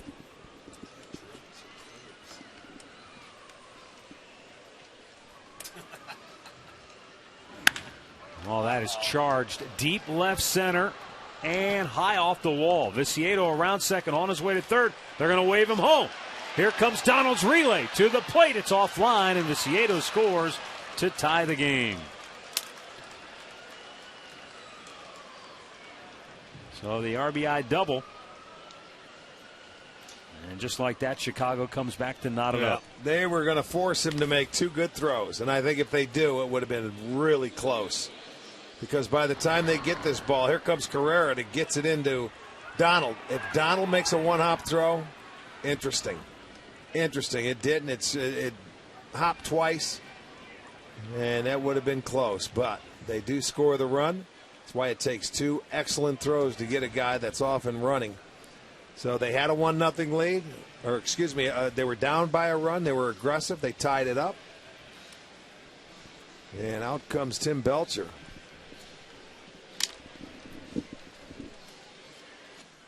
Joe Smith warming in that Tribe bullpen.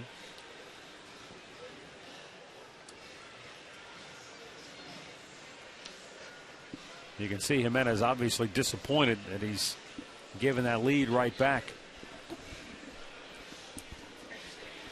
Now you got Tyler Flowers at the plate. He had an RBI double his last time up. Now he hit a ground ball to the right side in the third, and he doubled to right field in the fifth. So obviously he's trying to stay on it and go the other way with Jimenez tonight.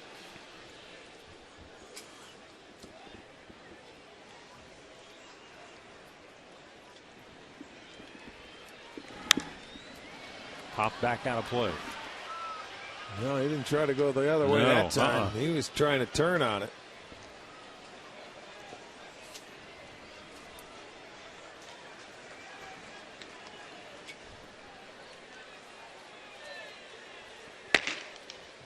There's Jesse Crane, who we saw last night. Pitch number 100 for Jimenez. It's down low.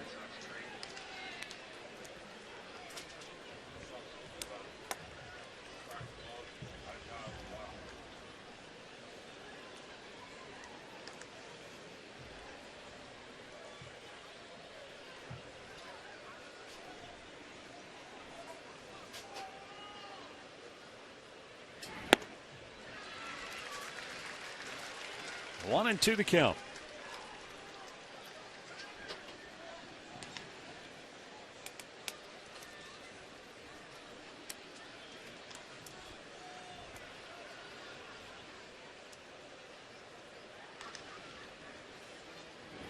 Bounced it in there, and Marson with a good block.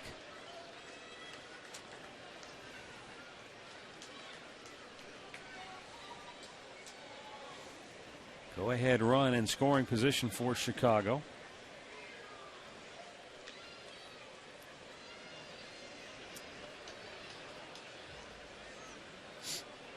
And a 2-2 count.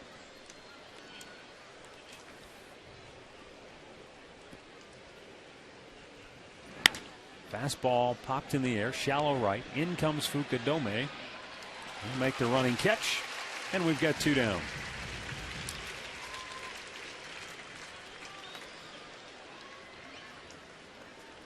Gordon Beckham will be the batter 0 for 2 on the night.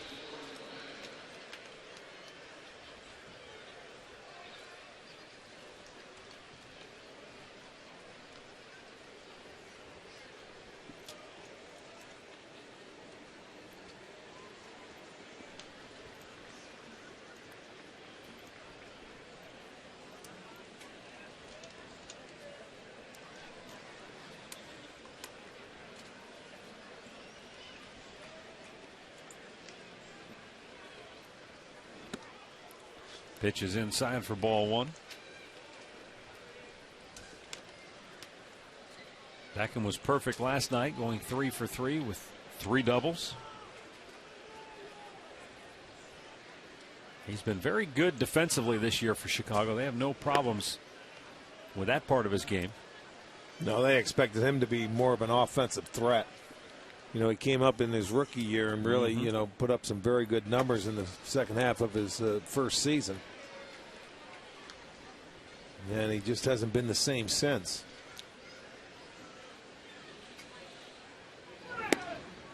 Strike to the outside edge, 2-1.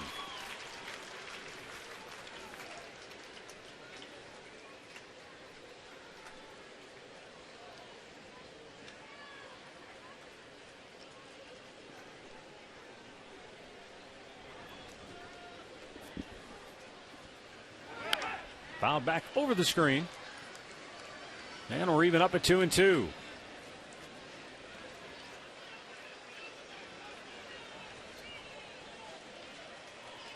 Well, Jimenez really having to work for it here in the 7th after he's giving up the lead. Well, unfortunately, it was the only walk of the night for him that had come around to score in this inning. Ooh. Over 20 pitches made here in the 7th. Trying to get that last out. This one just gets away from him. That's head high. Well, I think he senses that this may be his last hit, and he really tried to hump up and get a lot on that pitch, and just flew out from under it and lifted up, and nothing behind it. And he walked him. So 2 on, 2 out. Alejandro Diaz coming to the plate.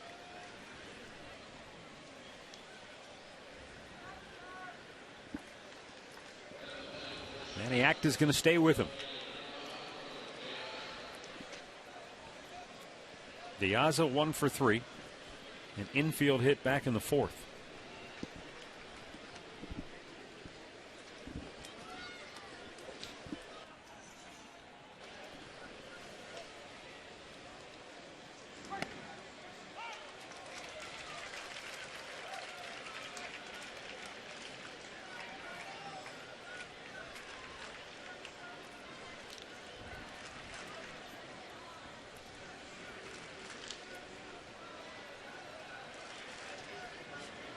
A right-hander deals, and it's fouled back out of play.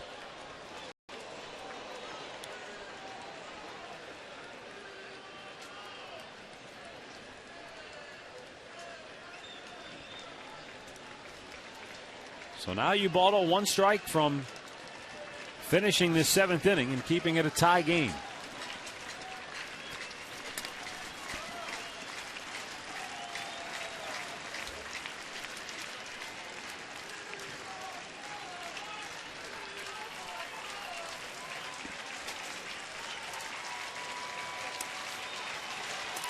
The right-hander ready. The 0-2 pitch in the dirt, and it gets away from Lou. Tried to block it, but it just skipped away to his right, and the runners move up on the wild pitch.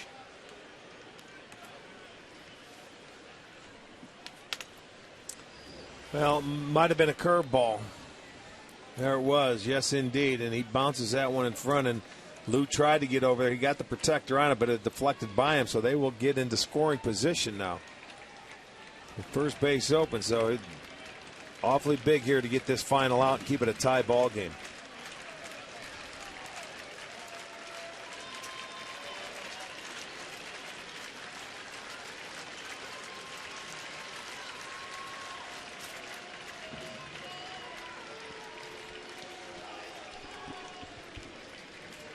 Now Marson's just going to go out and talk to Jimenez.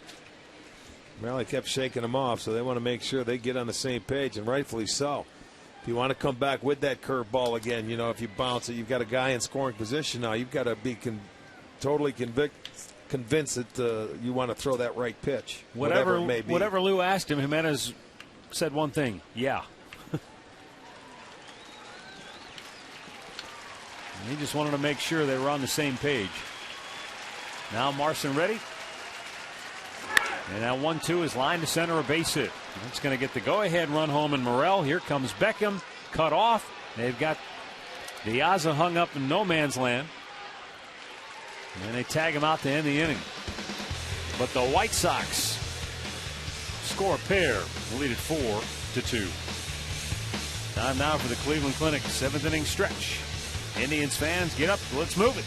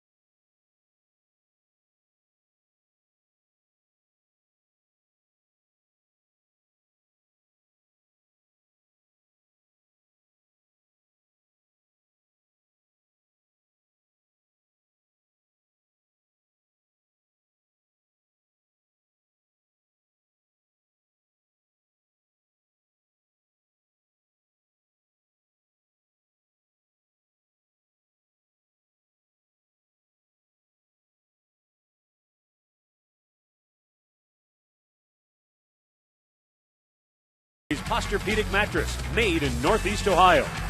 And by your Northern Ohio Hyundai dealers. It's time to join the Hyundai movement.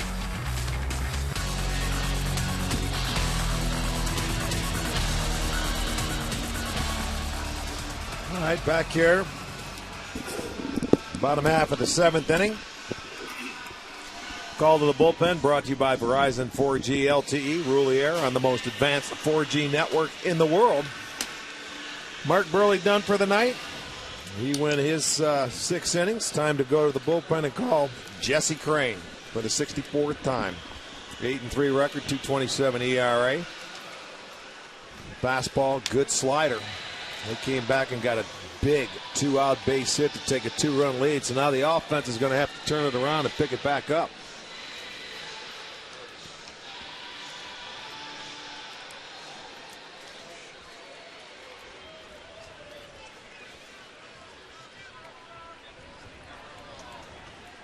Well, Jason Donald, Lonnie Chisenhall, Lou Marson for the Tribe.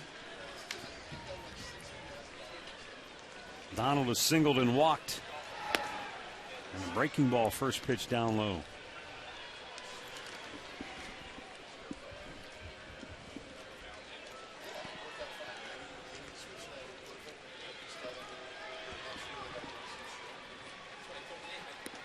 A little bit low with the fastball, and it's 2-0.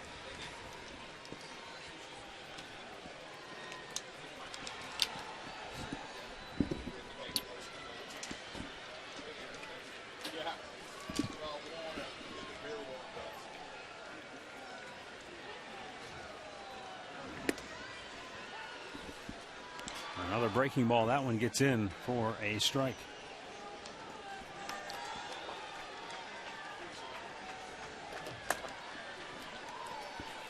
Need that leadoff man aboard for the Indians. That always helps. Caught the corner. 2-2. Jason, 5 hits in the series. Going 5 for 6. Trying to start an Indians rally here in the 7th now.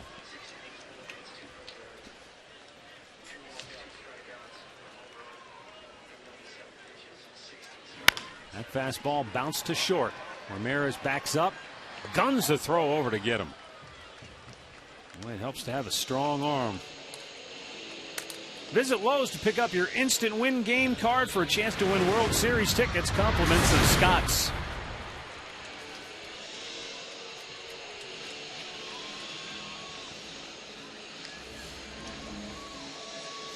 Lonnie Chisenhall 0 for 2. He has grounded to first, line to short.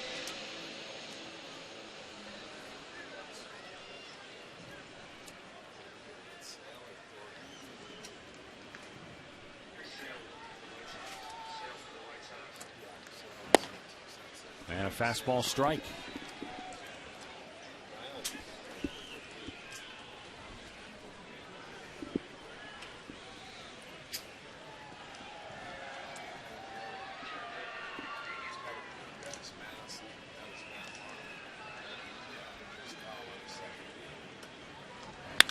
Chisenhall smokes it foul off the railing down the right side. Left-hander Chris Sale up for Chicago.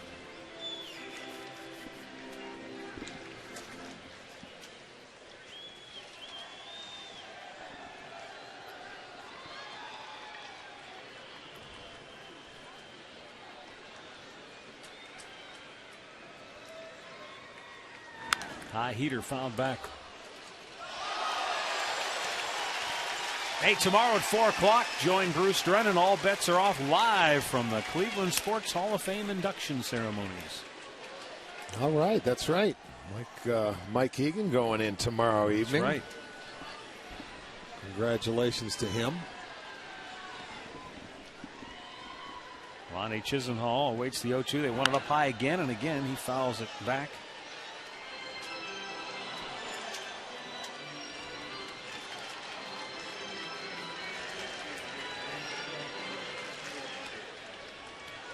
For a lot of left-handed hitters, that's a tough pitch to even foul off, but Lonnie has been right on it both times. You can see Flowers. He wants it down in the dirt. Yeah, slider. He hung it a little bit, but it's popped to shallow center. It's dropping and a hit. So Chisenhall aboard with one out here in the 7th inning.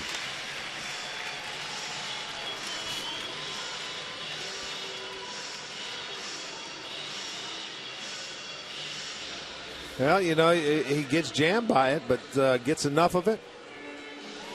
Falls in, and Lonnie gets himself a base hit.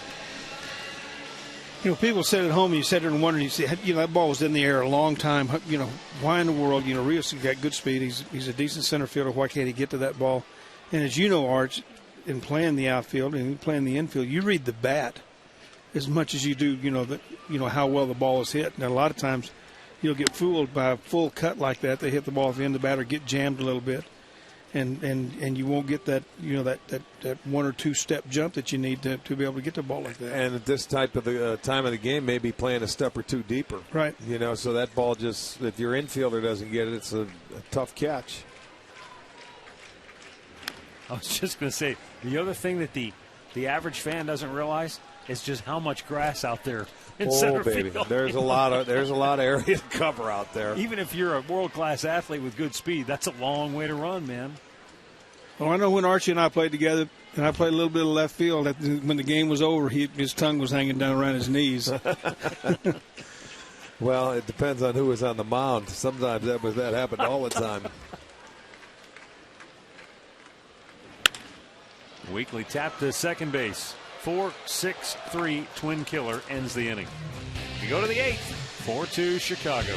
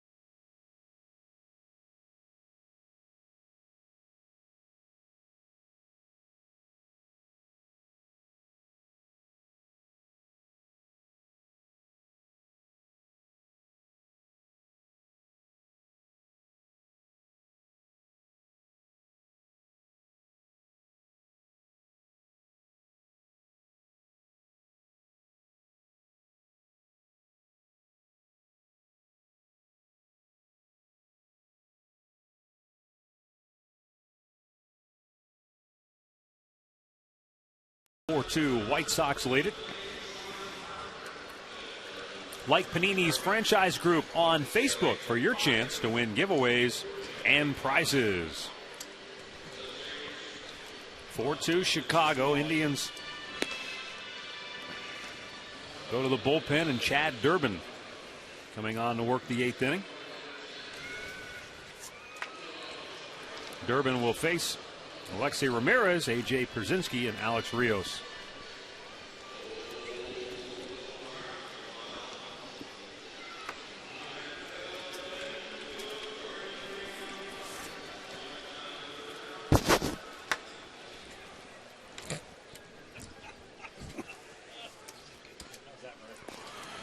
Alexei Ramirez takes the called strike.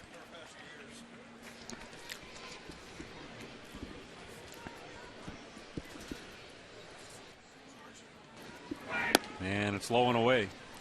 1 ball, 1 strike.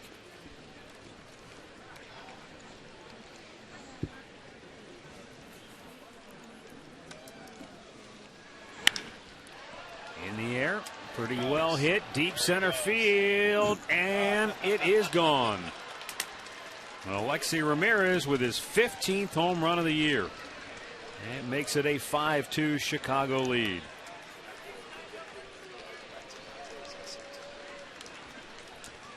That little guy has got some power.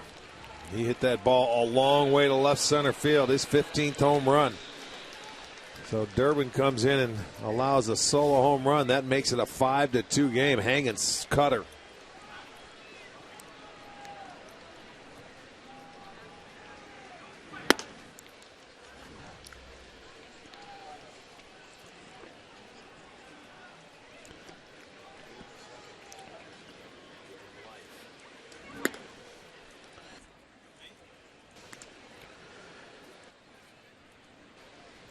A.J. Pierzynski doubled his last time up. And there's a fly ball to center. Carrera runs it down, 1 away.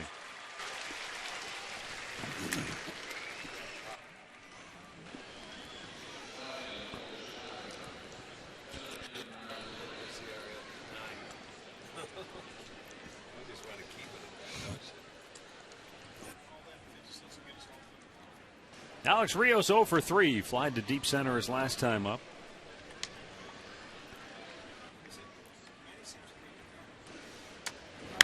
Right back over the screen. We will wrap up this series tomorrow night. Genmar Gomez against Phil Umber.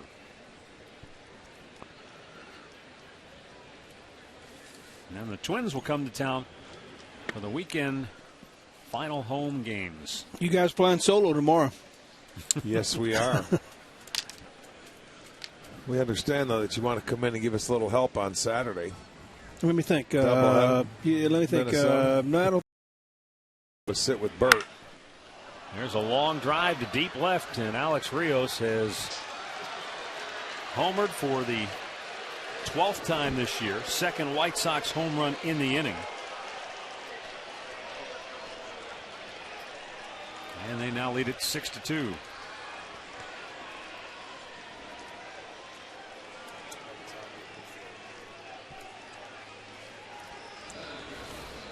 Well, the first one was a cutter, and I'm thinking that was a breaking ball, maybe a hanging curve ball. I don't know, but it stayed up in the zone, and he didn't miss it.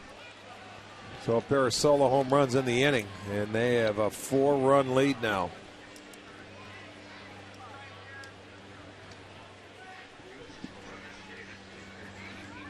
Adam Dunn takes another strike. It's 0-2.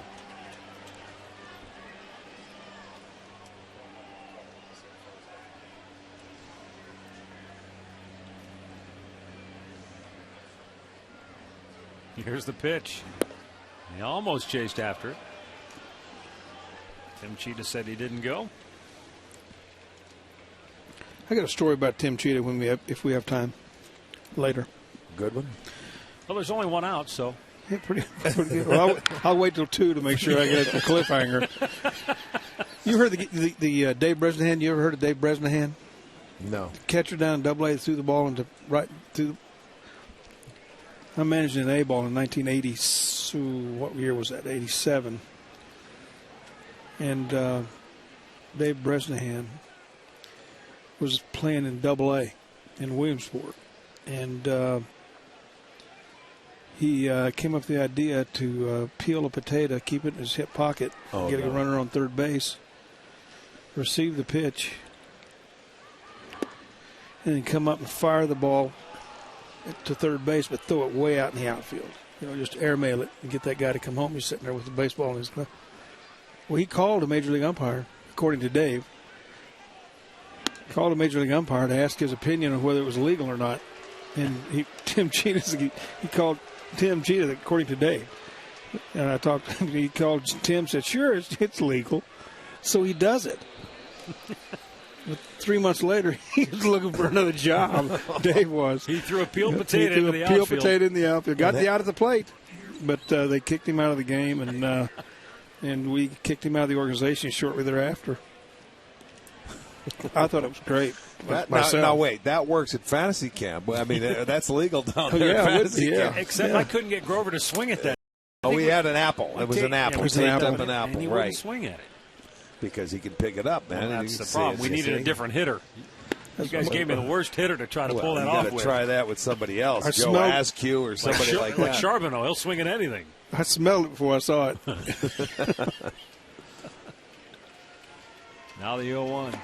Down low.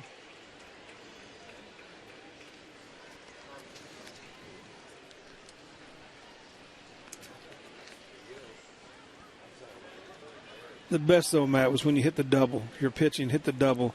We stopped the game, had to hold the game up so they could get your jacket on. I didn't want to get my pitching arm cold. It wouldn't have made any difference.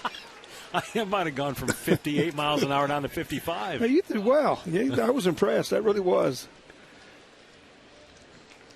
Now the 1-2 pitch from Durbin. Swung out and missed. He gets a strikeout, 2 down. All right, our in-game box score brought to you by your Northern Ohio Hyundai dealers, introducing the Hyundai Assurance trade-in value guarantee. Well, the White Sox didn't do much through 6 innings. They had 1 run, but 3 in the 7th, 2 more here in the 8th. They've broken it open. Homers by Ramirez and Rios here in the 8th inning. And the backbreaker was the 2-out, 2-run hit by Diaza. And there's another bomb. Oh, my. Brent Morrell with a 2-out, 2-run homer. It's a 3-homer 8th for Chicago. And they tally 4 times here in this frame alone.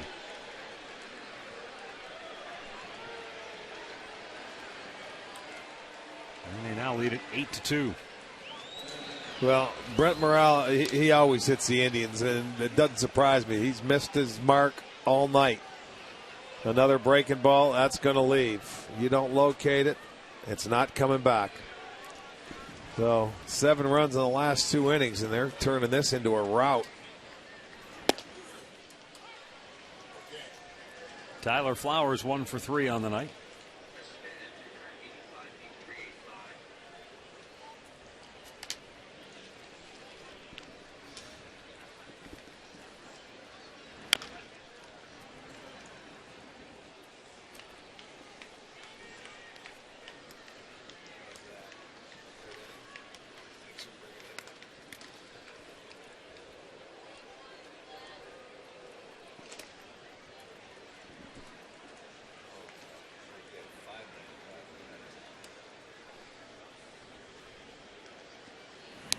All the way to the backstop.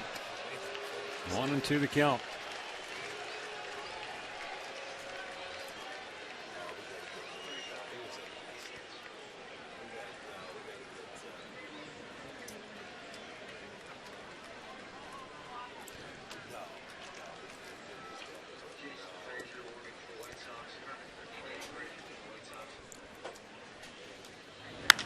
High fly ball to right field. This should end the inning. Fukudome makes the catch.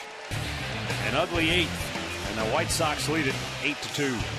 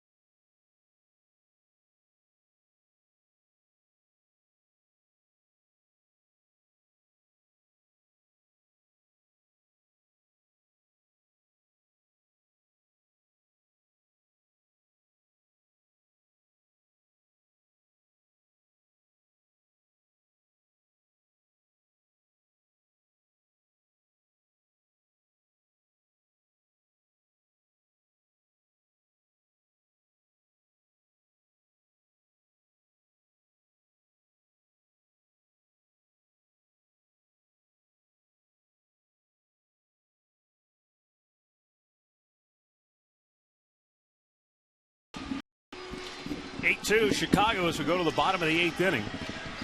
All kind of changes now defensively for the White Sox. Juan Pierre has come on now to play left field. And Alejandro Diaz goes over to right. And Viciedo comes into the infield. He was in right field before. He comes over to first base to take over for Adam Dunn.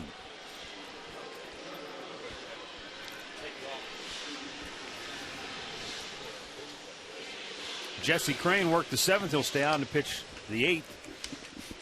Trevor Crowe 0 for 2 will lead off for the Indians.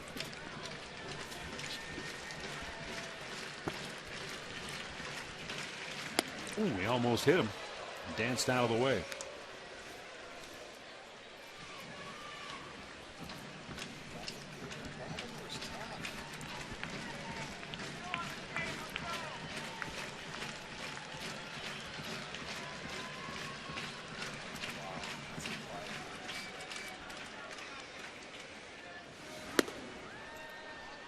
It's up high and it's 2-0. You know, with all the White Sox hitters that were hit by pitches yesterday, I know there were some stories in the paper today about it. Ozzie Guillen was asked about it after the game. The White Sox players were asked about it by the media after the game. To their credit, they all said the same thing. And Ozzie pointed out, look, you have minor league pitchers up here having some control issues. He said, they're not throwing at our guys. He goes, nobody likes getting hit. You don't want, that's not, oh, great, we're getting hit. But he said, you just got to drop your bat and take your base. He said, this isn't a situation where they're trying to drill our guys. Doesn't make it any easier, but. Well, that's the last thing you want at this time, to happen is get drilled with a pitch. You don't want it to happen, but he's right. That's what happens in the minor leagues. They can't control the baseball like they do up here, and that's exactly what they saw last night with a lot of minor league pitchers. Now the 3-1 pitch. Mike, are there managers that you know of that you've managed against that it didn't matter, though, if one of their guys got hit? They were going to hit one of your guys regardless? Oh, yeah. It was tit for tat no matter what. Game on. No matter what the situation was. Whether you meant to or not, still you happened. You knew payback was just right around the corner. I never agreed with that either. I really didn't. I mean, I think you have to pitch in, obviously, and I think that you pitch, and there are times when you pitch, and if you hit somebody, you really don't care. I mean, I think it's a tool that you need, but when it's obviously unintentional, and the next thing your hitter is down in the dirt with a lump on his neck. Just because somebody got hit the day before, I don't agree with that at all. But there are managers that are still managing today that they have that reputation to do that. 3-2 pitch to Crowe upstairs, ball 4. The Indians get their leadoff man aboard here in inning number 8, and Ozzie Guillen's going to go make a move to the bullpen. But before he does, we'll look back to last night, and this is some of what we were talking about. That was Konerko in the thigh. Ouch. Kidney shot. And that's the one that hurt. Yeah. They were all minor league pitchers right there, and they want to go inside, and they're told if you go in, you're better off missing inside than you are over the plate. And they right. did. They missed inside. Well, we got a timeout for a pitching change. Indians down 8-2.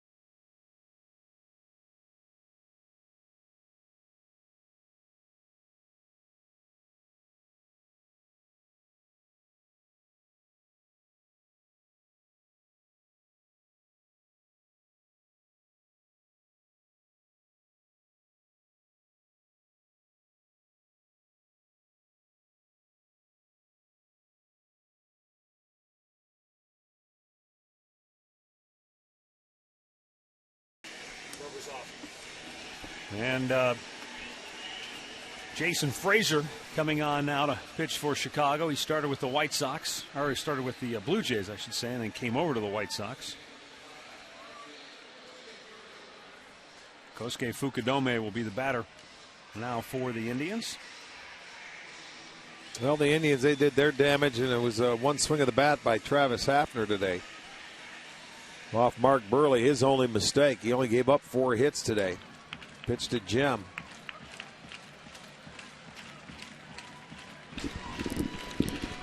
Fukudome, a couple of ground outs, and he flied to center his last time up. Looks at a ball up high.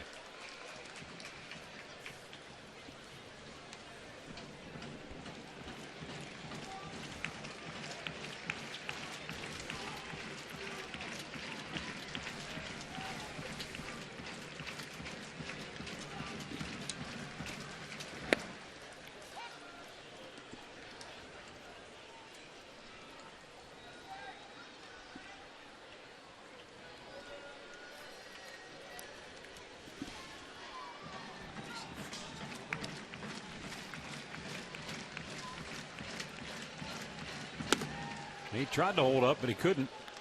And he's down on the count of 1-2.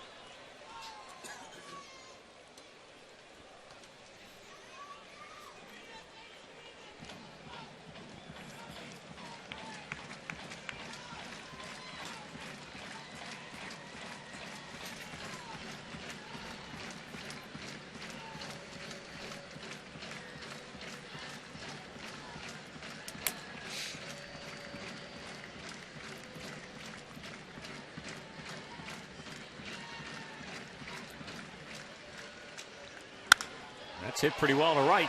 Back goes Diaza. Leaps up, can't make the catch. Around second, on his way to third is Trevor Crowe. He'll stop there. And it's a double for Fukudome as the Indians try to mount a comeback here. Second and third, nobody out here in the 8th inning. Well, when Diaza went back on this ball, it looked like he had a beat on it. He was going to make the play, but he got back there on the wall and he just missed it. It went to one direction of his glove. Take a look at it here. And Trevor Crowe, not much he can do because if he catches it, you have to get back. Not sure if it gets out, but he got back there in time. He just didn't make the catch. So it gets by him. It'll go for a double for Fukudome. Second and third, nobody out.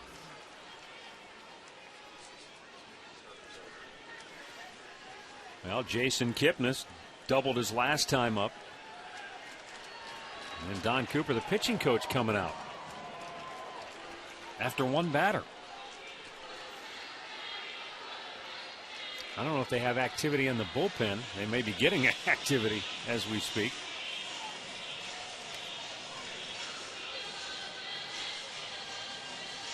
Tell you what, also, though, Diaza, when he went back on that ball, he kind of went into the wall awkwardly.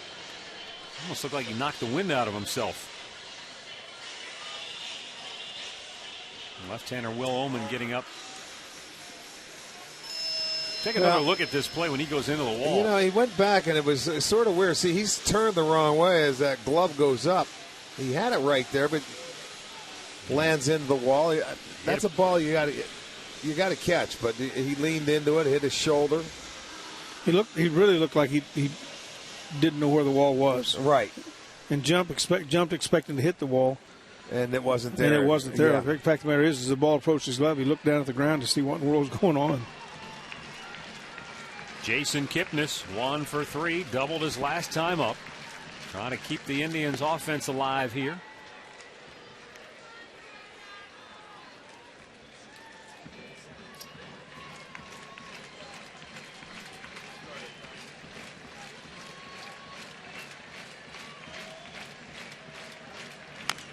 And a tapper foul over toward the White Sox.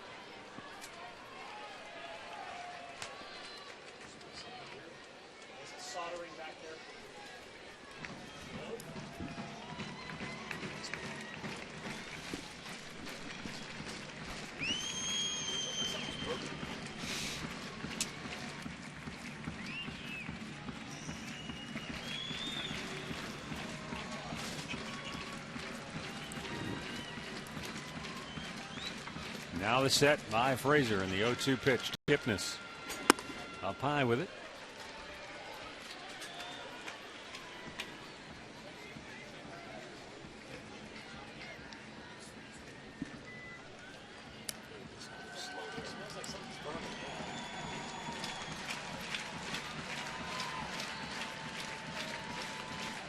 Jason Kipnis waits the 1-2, and it's outside. 2 balls and 2 strikes.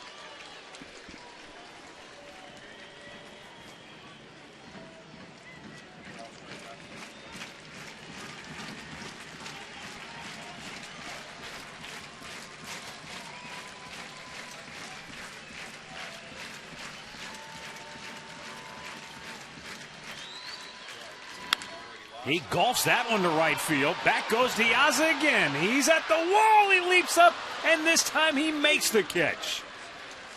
Tagging and scoring is Trevor Crowe. And Fukudome holds at second base, 1 down as Kipnis gets his 16th RBI of the year. Well, this time he got back to the wall in time, where he was able to realize where he was and make a jump for it. Kipnis hit this ball right on the nose. Caught a breaking ball down, and you can see he turns on it down and in. You see, now he realized he was at the wall. Those feet were set, and he jumped straight up. He didn't jump, toward the wall. He goes straight up, and he makes the catch, and then gets it in. That's a better play. Had practiced the time before, didn't make it. This time he does. So the Indians drive in that run. It's 8-3. And Carlos Santana 0 for 3 to the plate.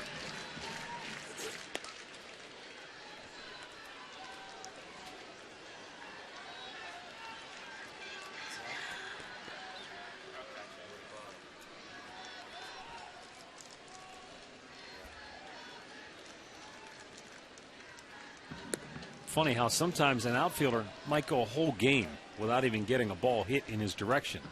And to have 2 almost identical balls hit to you in back-to-back hitters is pretty rare. Well, they say you play out there long enough, it'll find you. So that's. And remember, he just moved out there.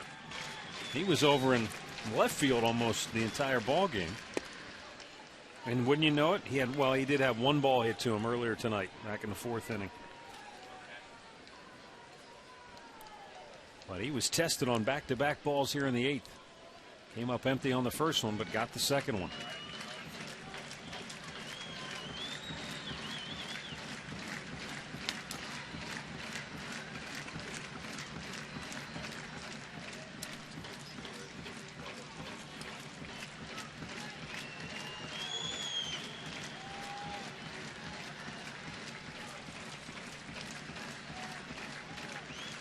And the 1-2. Foul down the right side.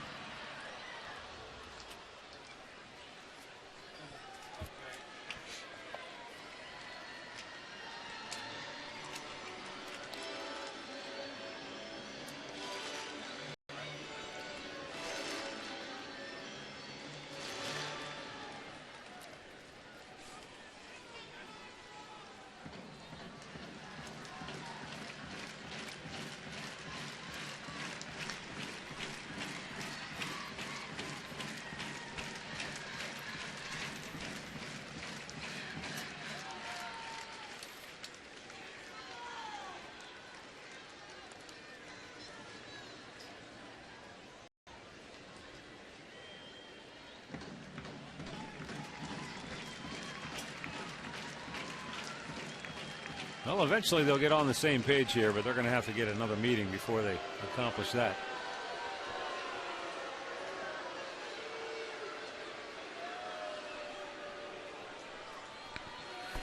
Well, Harlow waiting. I'm surprised that Fukudome didn't go to third base on that fly ball. I got you. All the way back to right, no question, because they're going to tag anyway, and you have to. You're right. That's going to fall for a base hit, and Fukudome is going to come home anyway. So Santana bloops one in. He's got 78 runs batted in on the year. The Indians with a couple of runs home here in the 8th. And it's now an 8-4 ball game, and Ozzie Guillen has seen enough of Jason Frazier as he's going to go back to his bullpen. going to be our McDonald's. I'm loving it. Anytime you get a base hit, bring it a little bit closer. They've got 2 on the board, so they answered the 4-run top half of the inning. In comes Fukudome. It is now 8-4, and we still have action rolling.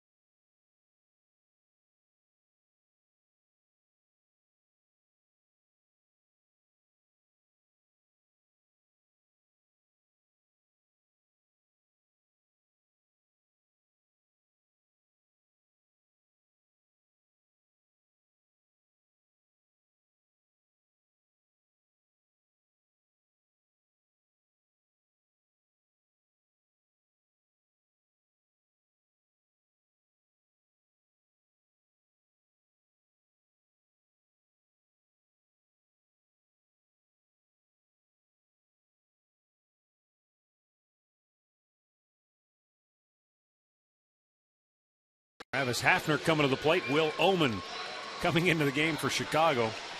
He'd probably just as soon pitch against anybody other than the Indians. He keeps coming in, though. Ozzie keeps bringing him in, doesn't he?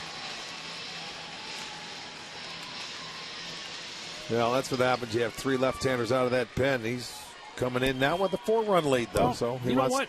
You bring up an interesting point, though, because you and I have talked in the past about, you know, how maybe it's a year or maybe it's a career thing where you just seem to own a team, or a team has your number, or a pitcher, a matchup type thing. Mike, as a manager, is that something you would ever pay attention to, where you've got a pitcher in a given year that for whatever reason against a certain team, they're wearing them out? Would that alter your thinking about bringing them into a game? Yeah. If you can. If you can there's avoid, a reason for it. Yeah, if you can avoid it. Sometimes, I said last night, I think it was, I said sometimes you just have to do what you have to do. You know, that's Charlie Nagy for the longest time. Couldn't win in a dome. And we ended up starting. I think he started him in '95 in Seattle in the dome, and he pitched really well and won. So Steve Olin, remember Steve Olin, the relief pitcher, was terrible at Arlington Stadium. But if he's your closer, you pitch him. So yeah, you knew those things, and you tried to stay away from him if you could, but sometimes you can't. In the dirt. But there's some, Eric Plunk, and Frank Thomas. Frank Thomas was forever off of him. And, I remember that. I remember bringing Plunk into a game one night, and for whatever reason the fans didn't like Eric, but Eric did a real good job for us a long time. Yes, he did. And Frank Thomas is at the plate with we're ahead by 1 run, and got runners on second and third and 2 out in the 8th inning, and I bring Plunk in, and they're just screaming at me for bringing him in. The thing of it is that Frank Thomas was 0 for 12 off of Eric with 8 punch outs, and after that bat he was 0 for 13 with 9 punch outs. Right.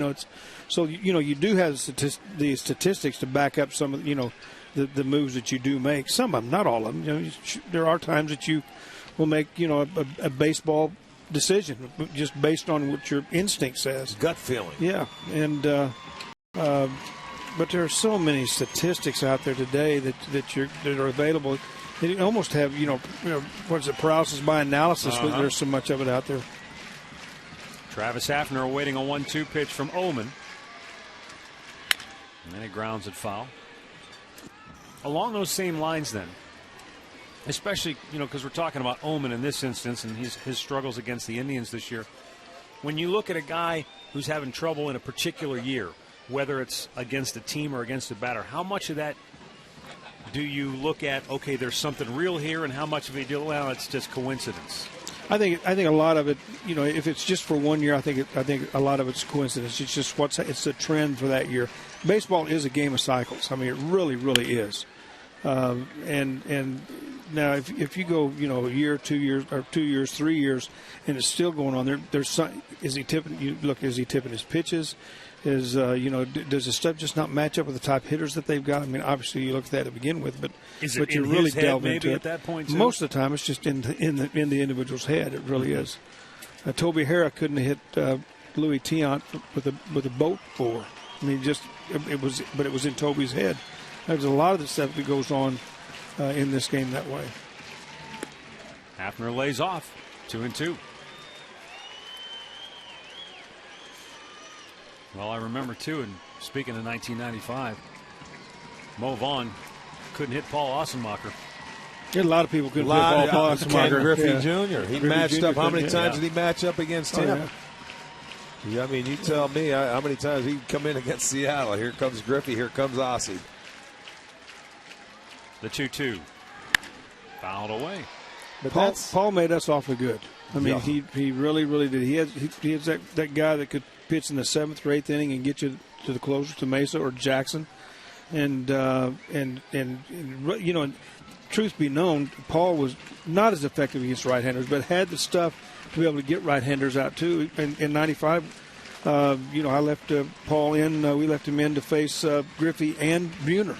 Right, and struck them both out. And so 2-2 to Hafner. And another foul ball. This is a terrific at bat for Prunk. Oh, it is. He's fouling off that fastball. He's not chasing his breaking ball. I mean, he knows exactly what he's hit 5 foul balls, so he's all over him. He's going to make him throw a strike to get it out. It seems like he's going to hit it hard somewhere. That's obviously sees the ball real well off this guy. This will be the 10th pitch of the at bat.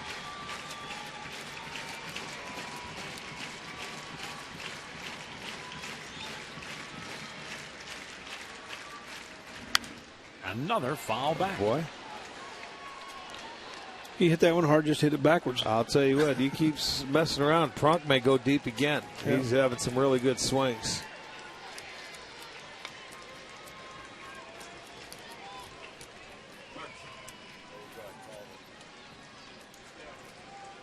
There's the White Sox closer, Sergio Santos, up. This is an at-bat where Hafner was down in the count 0-2, by the way.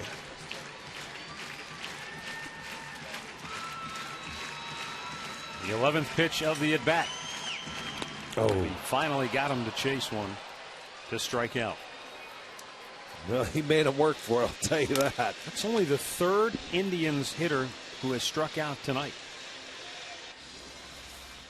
Well, this one, Omen, he kept battling. He finally got Hafner to swing at a pitch out of the strike zone. And it was a breaking ball. He'd been able to lay off a couple of those. This time he couldn't do it. He chased after it. And after, 11 pitch at bat, he goes down.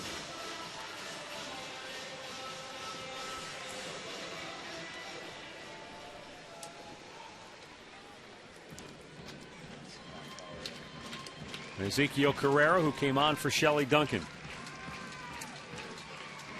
takes the ball outside.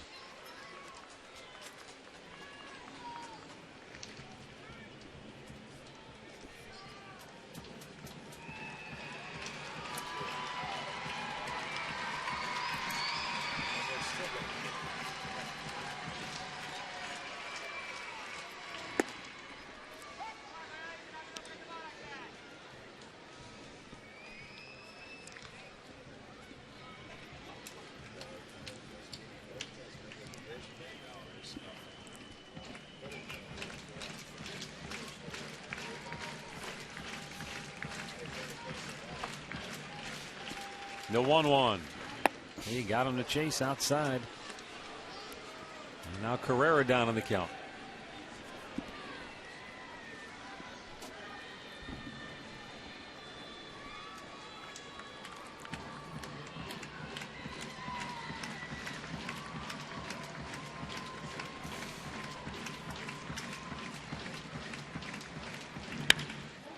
Smacked right up the middle, a base hit. Santana stops at second. And the inning stays alive.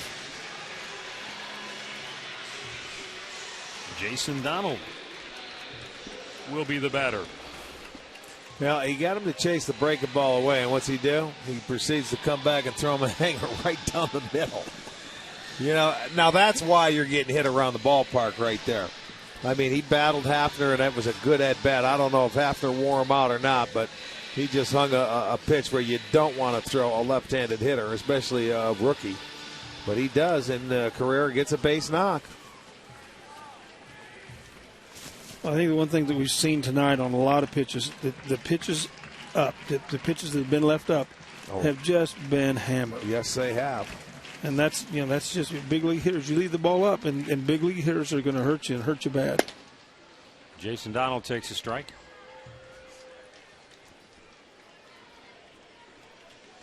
Baltimore continuing to beat Boston 6-4. They're in the 8th at Fenway.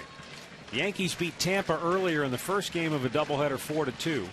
They lead Tampa 2-1 in the 7th inning in the nightcap.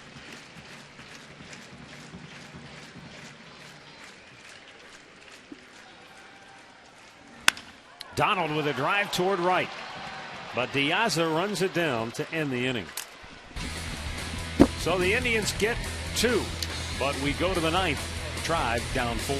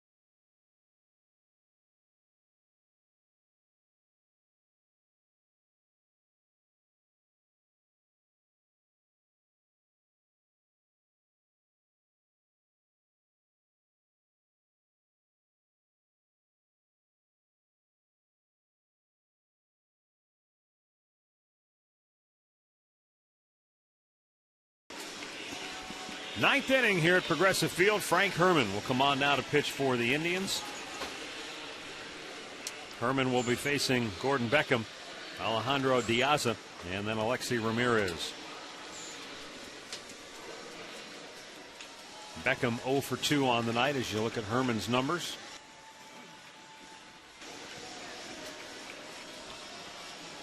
White Sox 8 runs on 9 hits. Indians 4 runs on 8 hits. Chicago, though, took command of the game with a 4-run 8th in which they clobbered 3 home runs.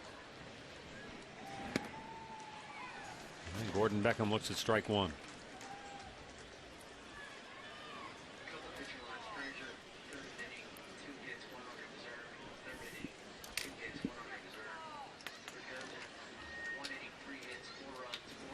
And that is in for a strike. 0-2.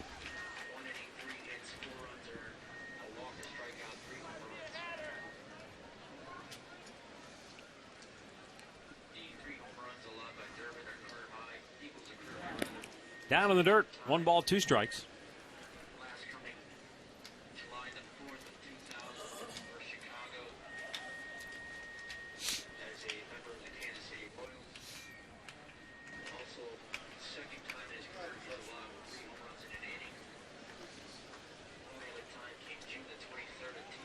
Here's the set by Herman and the 1-2 to Beckham. Missed down low with it to even the count.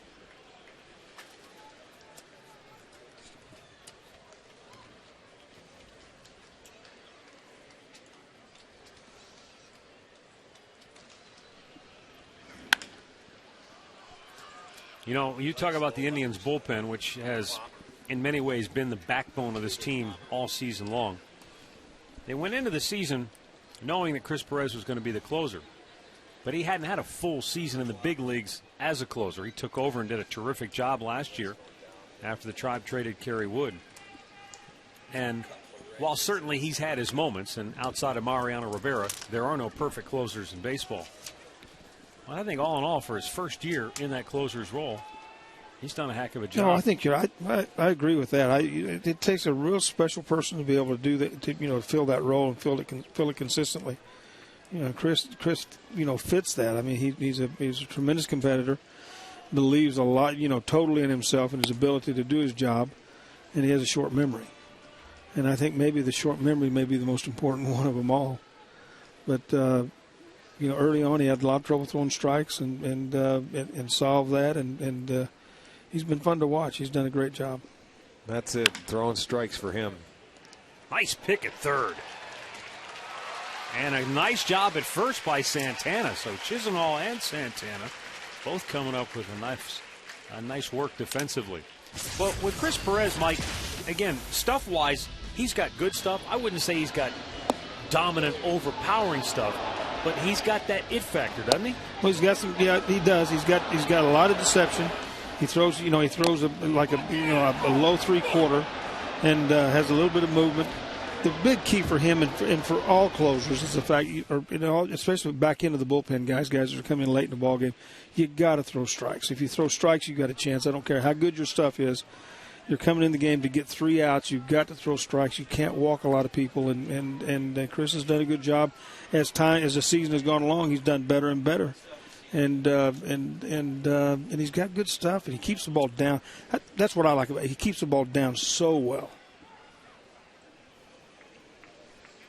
As good as Vinny Pistano has been this year, as a rookie setup man, he's been phenomenal this year. And then Rick and I talked about that, unfortunately, setup relief pitchers don't get any love when it comes to Rookie of the Year situations. But he's been fantastic. But even in his own words, I remember when Chris Perez wasn't available and Vinny came in to close that game, I remember he said afterwards, I can't wait till Chris Perez gets back, because closing's a different deal altogether. Yeah. And not that Pistano won't one day evolve into a closer, because he's definitely got the stuff, and I'm sure he'll develop that mentality however you do that. But there's something different about the ninth inning, and the Indians at least have a guy who can handle what comes with that responsibility. That's right. You really like to develop your next closer as your setup guy, and we were able to do that with Mike Jackson, Jose Mesa, and we're able to do that mainly because Mike Jackson took the bull by the horns and was ready to go with it. And that's the way this guy pitches. That guy's something special right there. Yeah, I'm going to tell you, he's unbelievable. I mean, that you talk about Mike Jackson, that sounds like Vinny Pistano. Take the bull by the horns. He's aggressive, comes right at him. Well, the White Sox are out here in the top of the ninth. Last chance for the Tribe coming up when we come back.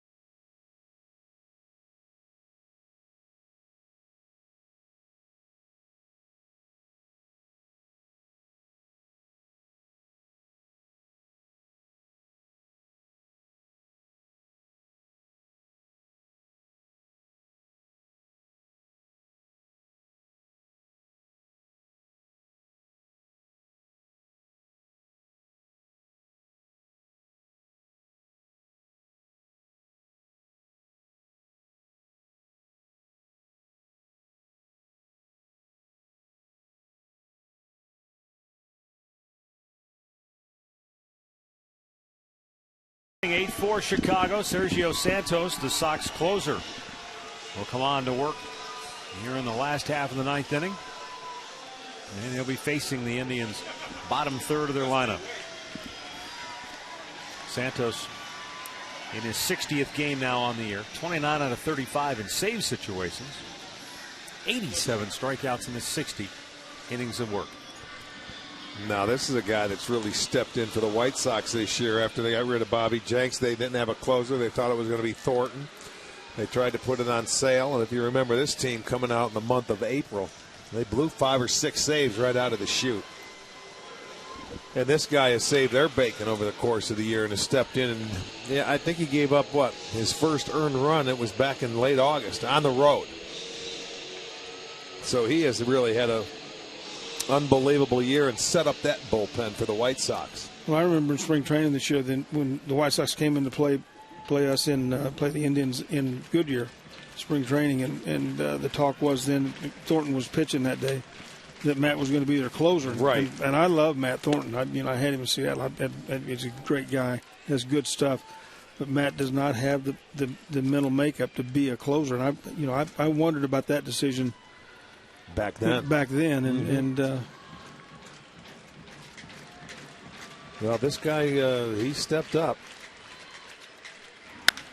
Lonnie Chisenhall with a high pop foul. Actually, it's going to stay in fair ground, and that's Juan Pierre who makes the grab for out number 1. Stay tuned after the game for the Conrad's Tire Express and Total Car Care post-game show. Conrad's, home of the lowest everyday tire price guarantee. This is your final game with us, Grover. It's been fun having you during the season and get your perspective on things. Hope you had a good time. I had a blast. I hope that I didn't get in the way too much of you guys. You guys do a great job. You really do. We have a meeting after this game, so please stay here. We've got to go over the finer points of what went on this year. Meet me in Richfield.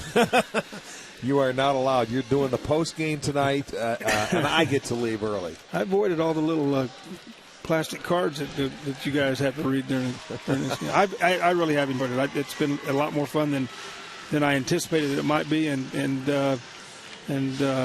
hopefully to Murph, I didn't drop my headset and bump you guys when you're trying to. You have a little different appreciation now when you're sitting watching a game on TV at home, right? When we're on the road, you listen to it.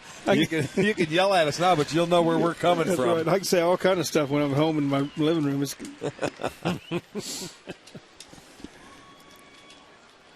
But it has been enjoyable. You guys have made it easy, and I thank you a whole lot for it. It's been a lot of fun. Jack Hanahan getting in at bat here, fouling it straight back. Speaking of closers, Mariano Rivera just broke Trevor Hoffman's all-time saves record. Not that he didn't already punch his ticket to Cooperstown years ago, but this pretty much makes it an absolute slam dunk now. How much easier has he made Joe Torre and Joe Girardi's life? Oh my goodness! You can get to the ninth inning with a lead.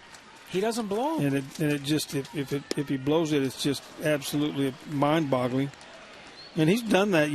When he was young, he was 94, 95. Could get it up to 96 every now and then, and throw that 93, 94 mile an hour cutter. Right-hand hitters have a better hitting average against Mariano than left-handers do because of that cutter. Now, but I want to say about 4 or 5 years ago, he countered that because he came up with a doggone two-seamer that he's sinking back in on the right-handers. Right. And he's just awfully good. He throws strikes. If you look at him, he's a strike thrower and doesn't get ruffled. Strike to Trevor Crow. Yeah, but how can you throw one pitch and become a strike thrower for your whole life? Sparky Lyle did that. Yeah, with sliders. All sliders. But, and what I like, he doesn't get he's not one of those guys that's out on the mound, blowing steam out his ears, being aggressive and coming at you. He's out there. Nonchalantly. Oh, yeah, and just absolutely eat you up. He's fun to watch. He's not a whole lot of fun when it's your ball club he's pitching against. But when it's not, he's fun to watch because he knows his limitations. He knows what works for him. He stays with it and dares you to make an adjustment and beat him. And people You try to make the adjustment, and it just doesn't happen. The set now and the 2-strike pitch. And a ground ball to first will end the game. The Indians go 1-2-3, and the White Sox win again by a final score tonight of 8-4. So they won 2 out of 3, and the series finale comes your way tomorrow night here at Progressive Field, and the Indians will try to split the 4-game series at that time. With the loss, the Indians dropped to 76 and 78. White Sox are now 76 and 79, and just a half game behind the Indians now for second place in the Central Division. The win goes to Mark Burley. He's 12 and 9. The loss to Ubaldo Jimenez. He is now 4 and 3. Time now for our play of the game. It's brought to you by KeyBank. Thanks for making KeyBank the #1 bank in Northeast Ohio. Well, let's go back to the 7th inning, and it was a big 2-out base hit. Lou Marson even went to the mound to talk about what pitch they wanted to throw before this pitch, and it was a fastball. And it ended up being not the right pitch to throw because they ended up getting a big 2-out base hit. They drove in 2 runs. That was the big difference in this ball game. That was the 3rd run driven in that inning. So that is going to be our KeyBank key play of the game. So that's going to do it here at Progressive Field. Rick and I will be back with the Conrad's Tire Express and Total Car Care post-game show.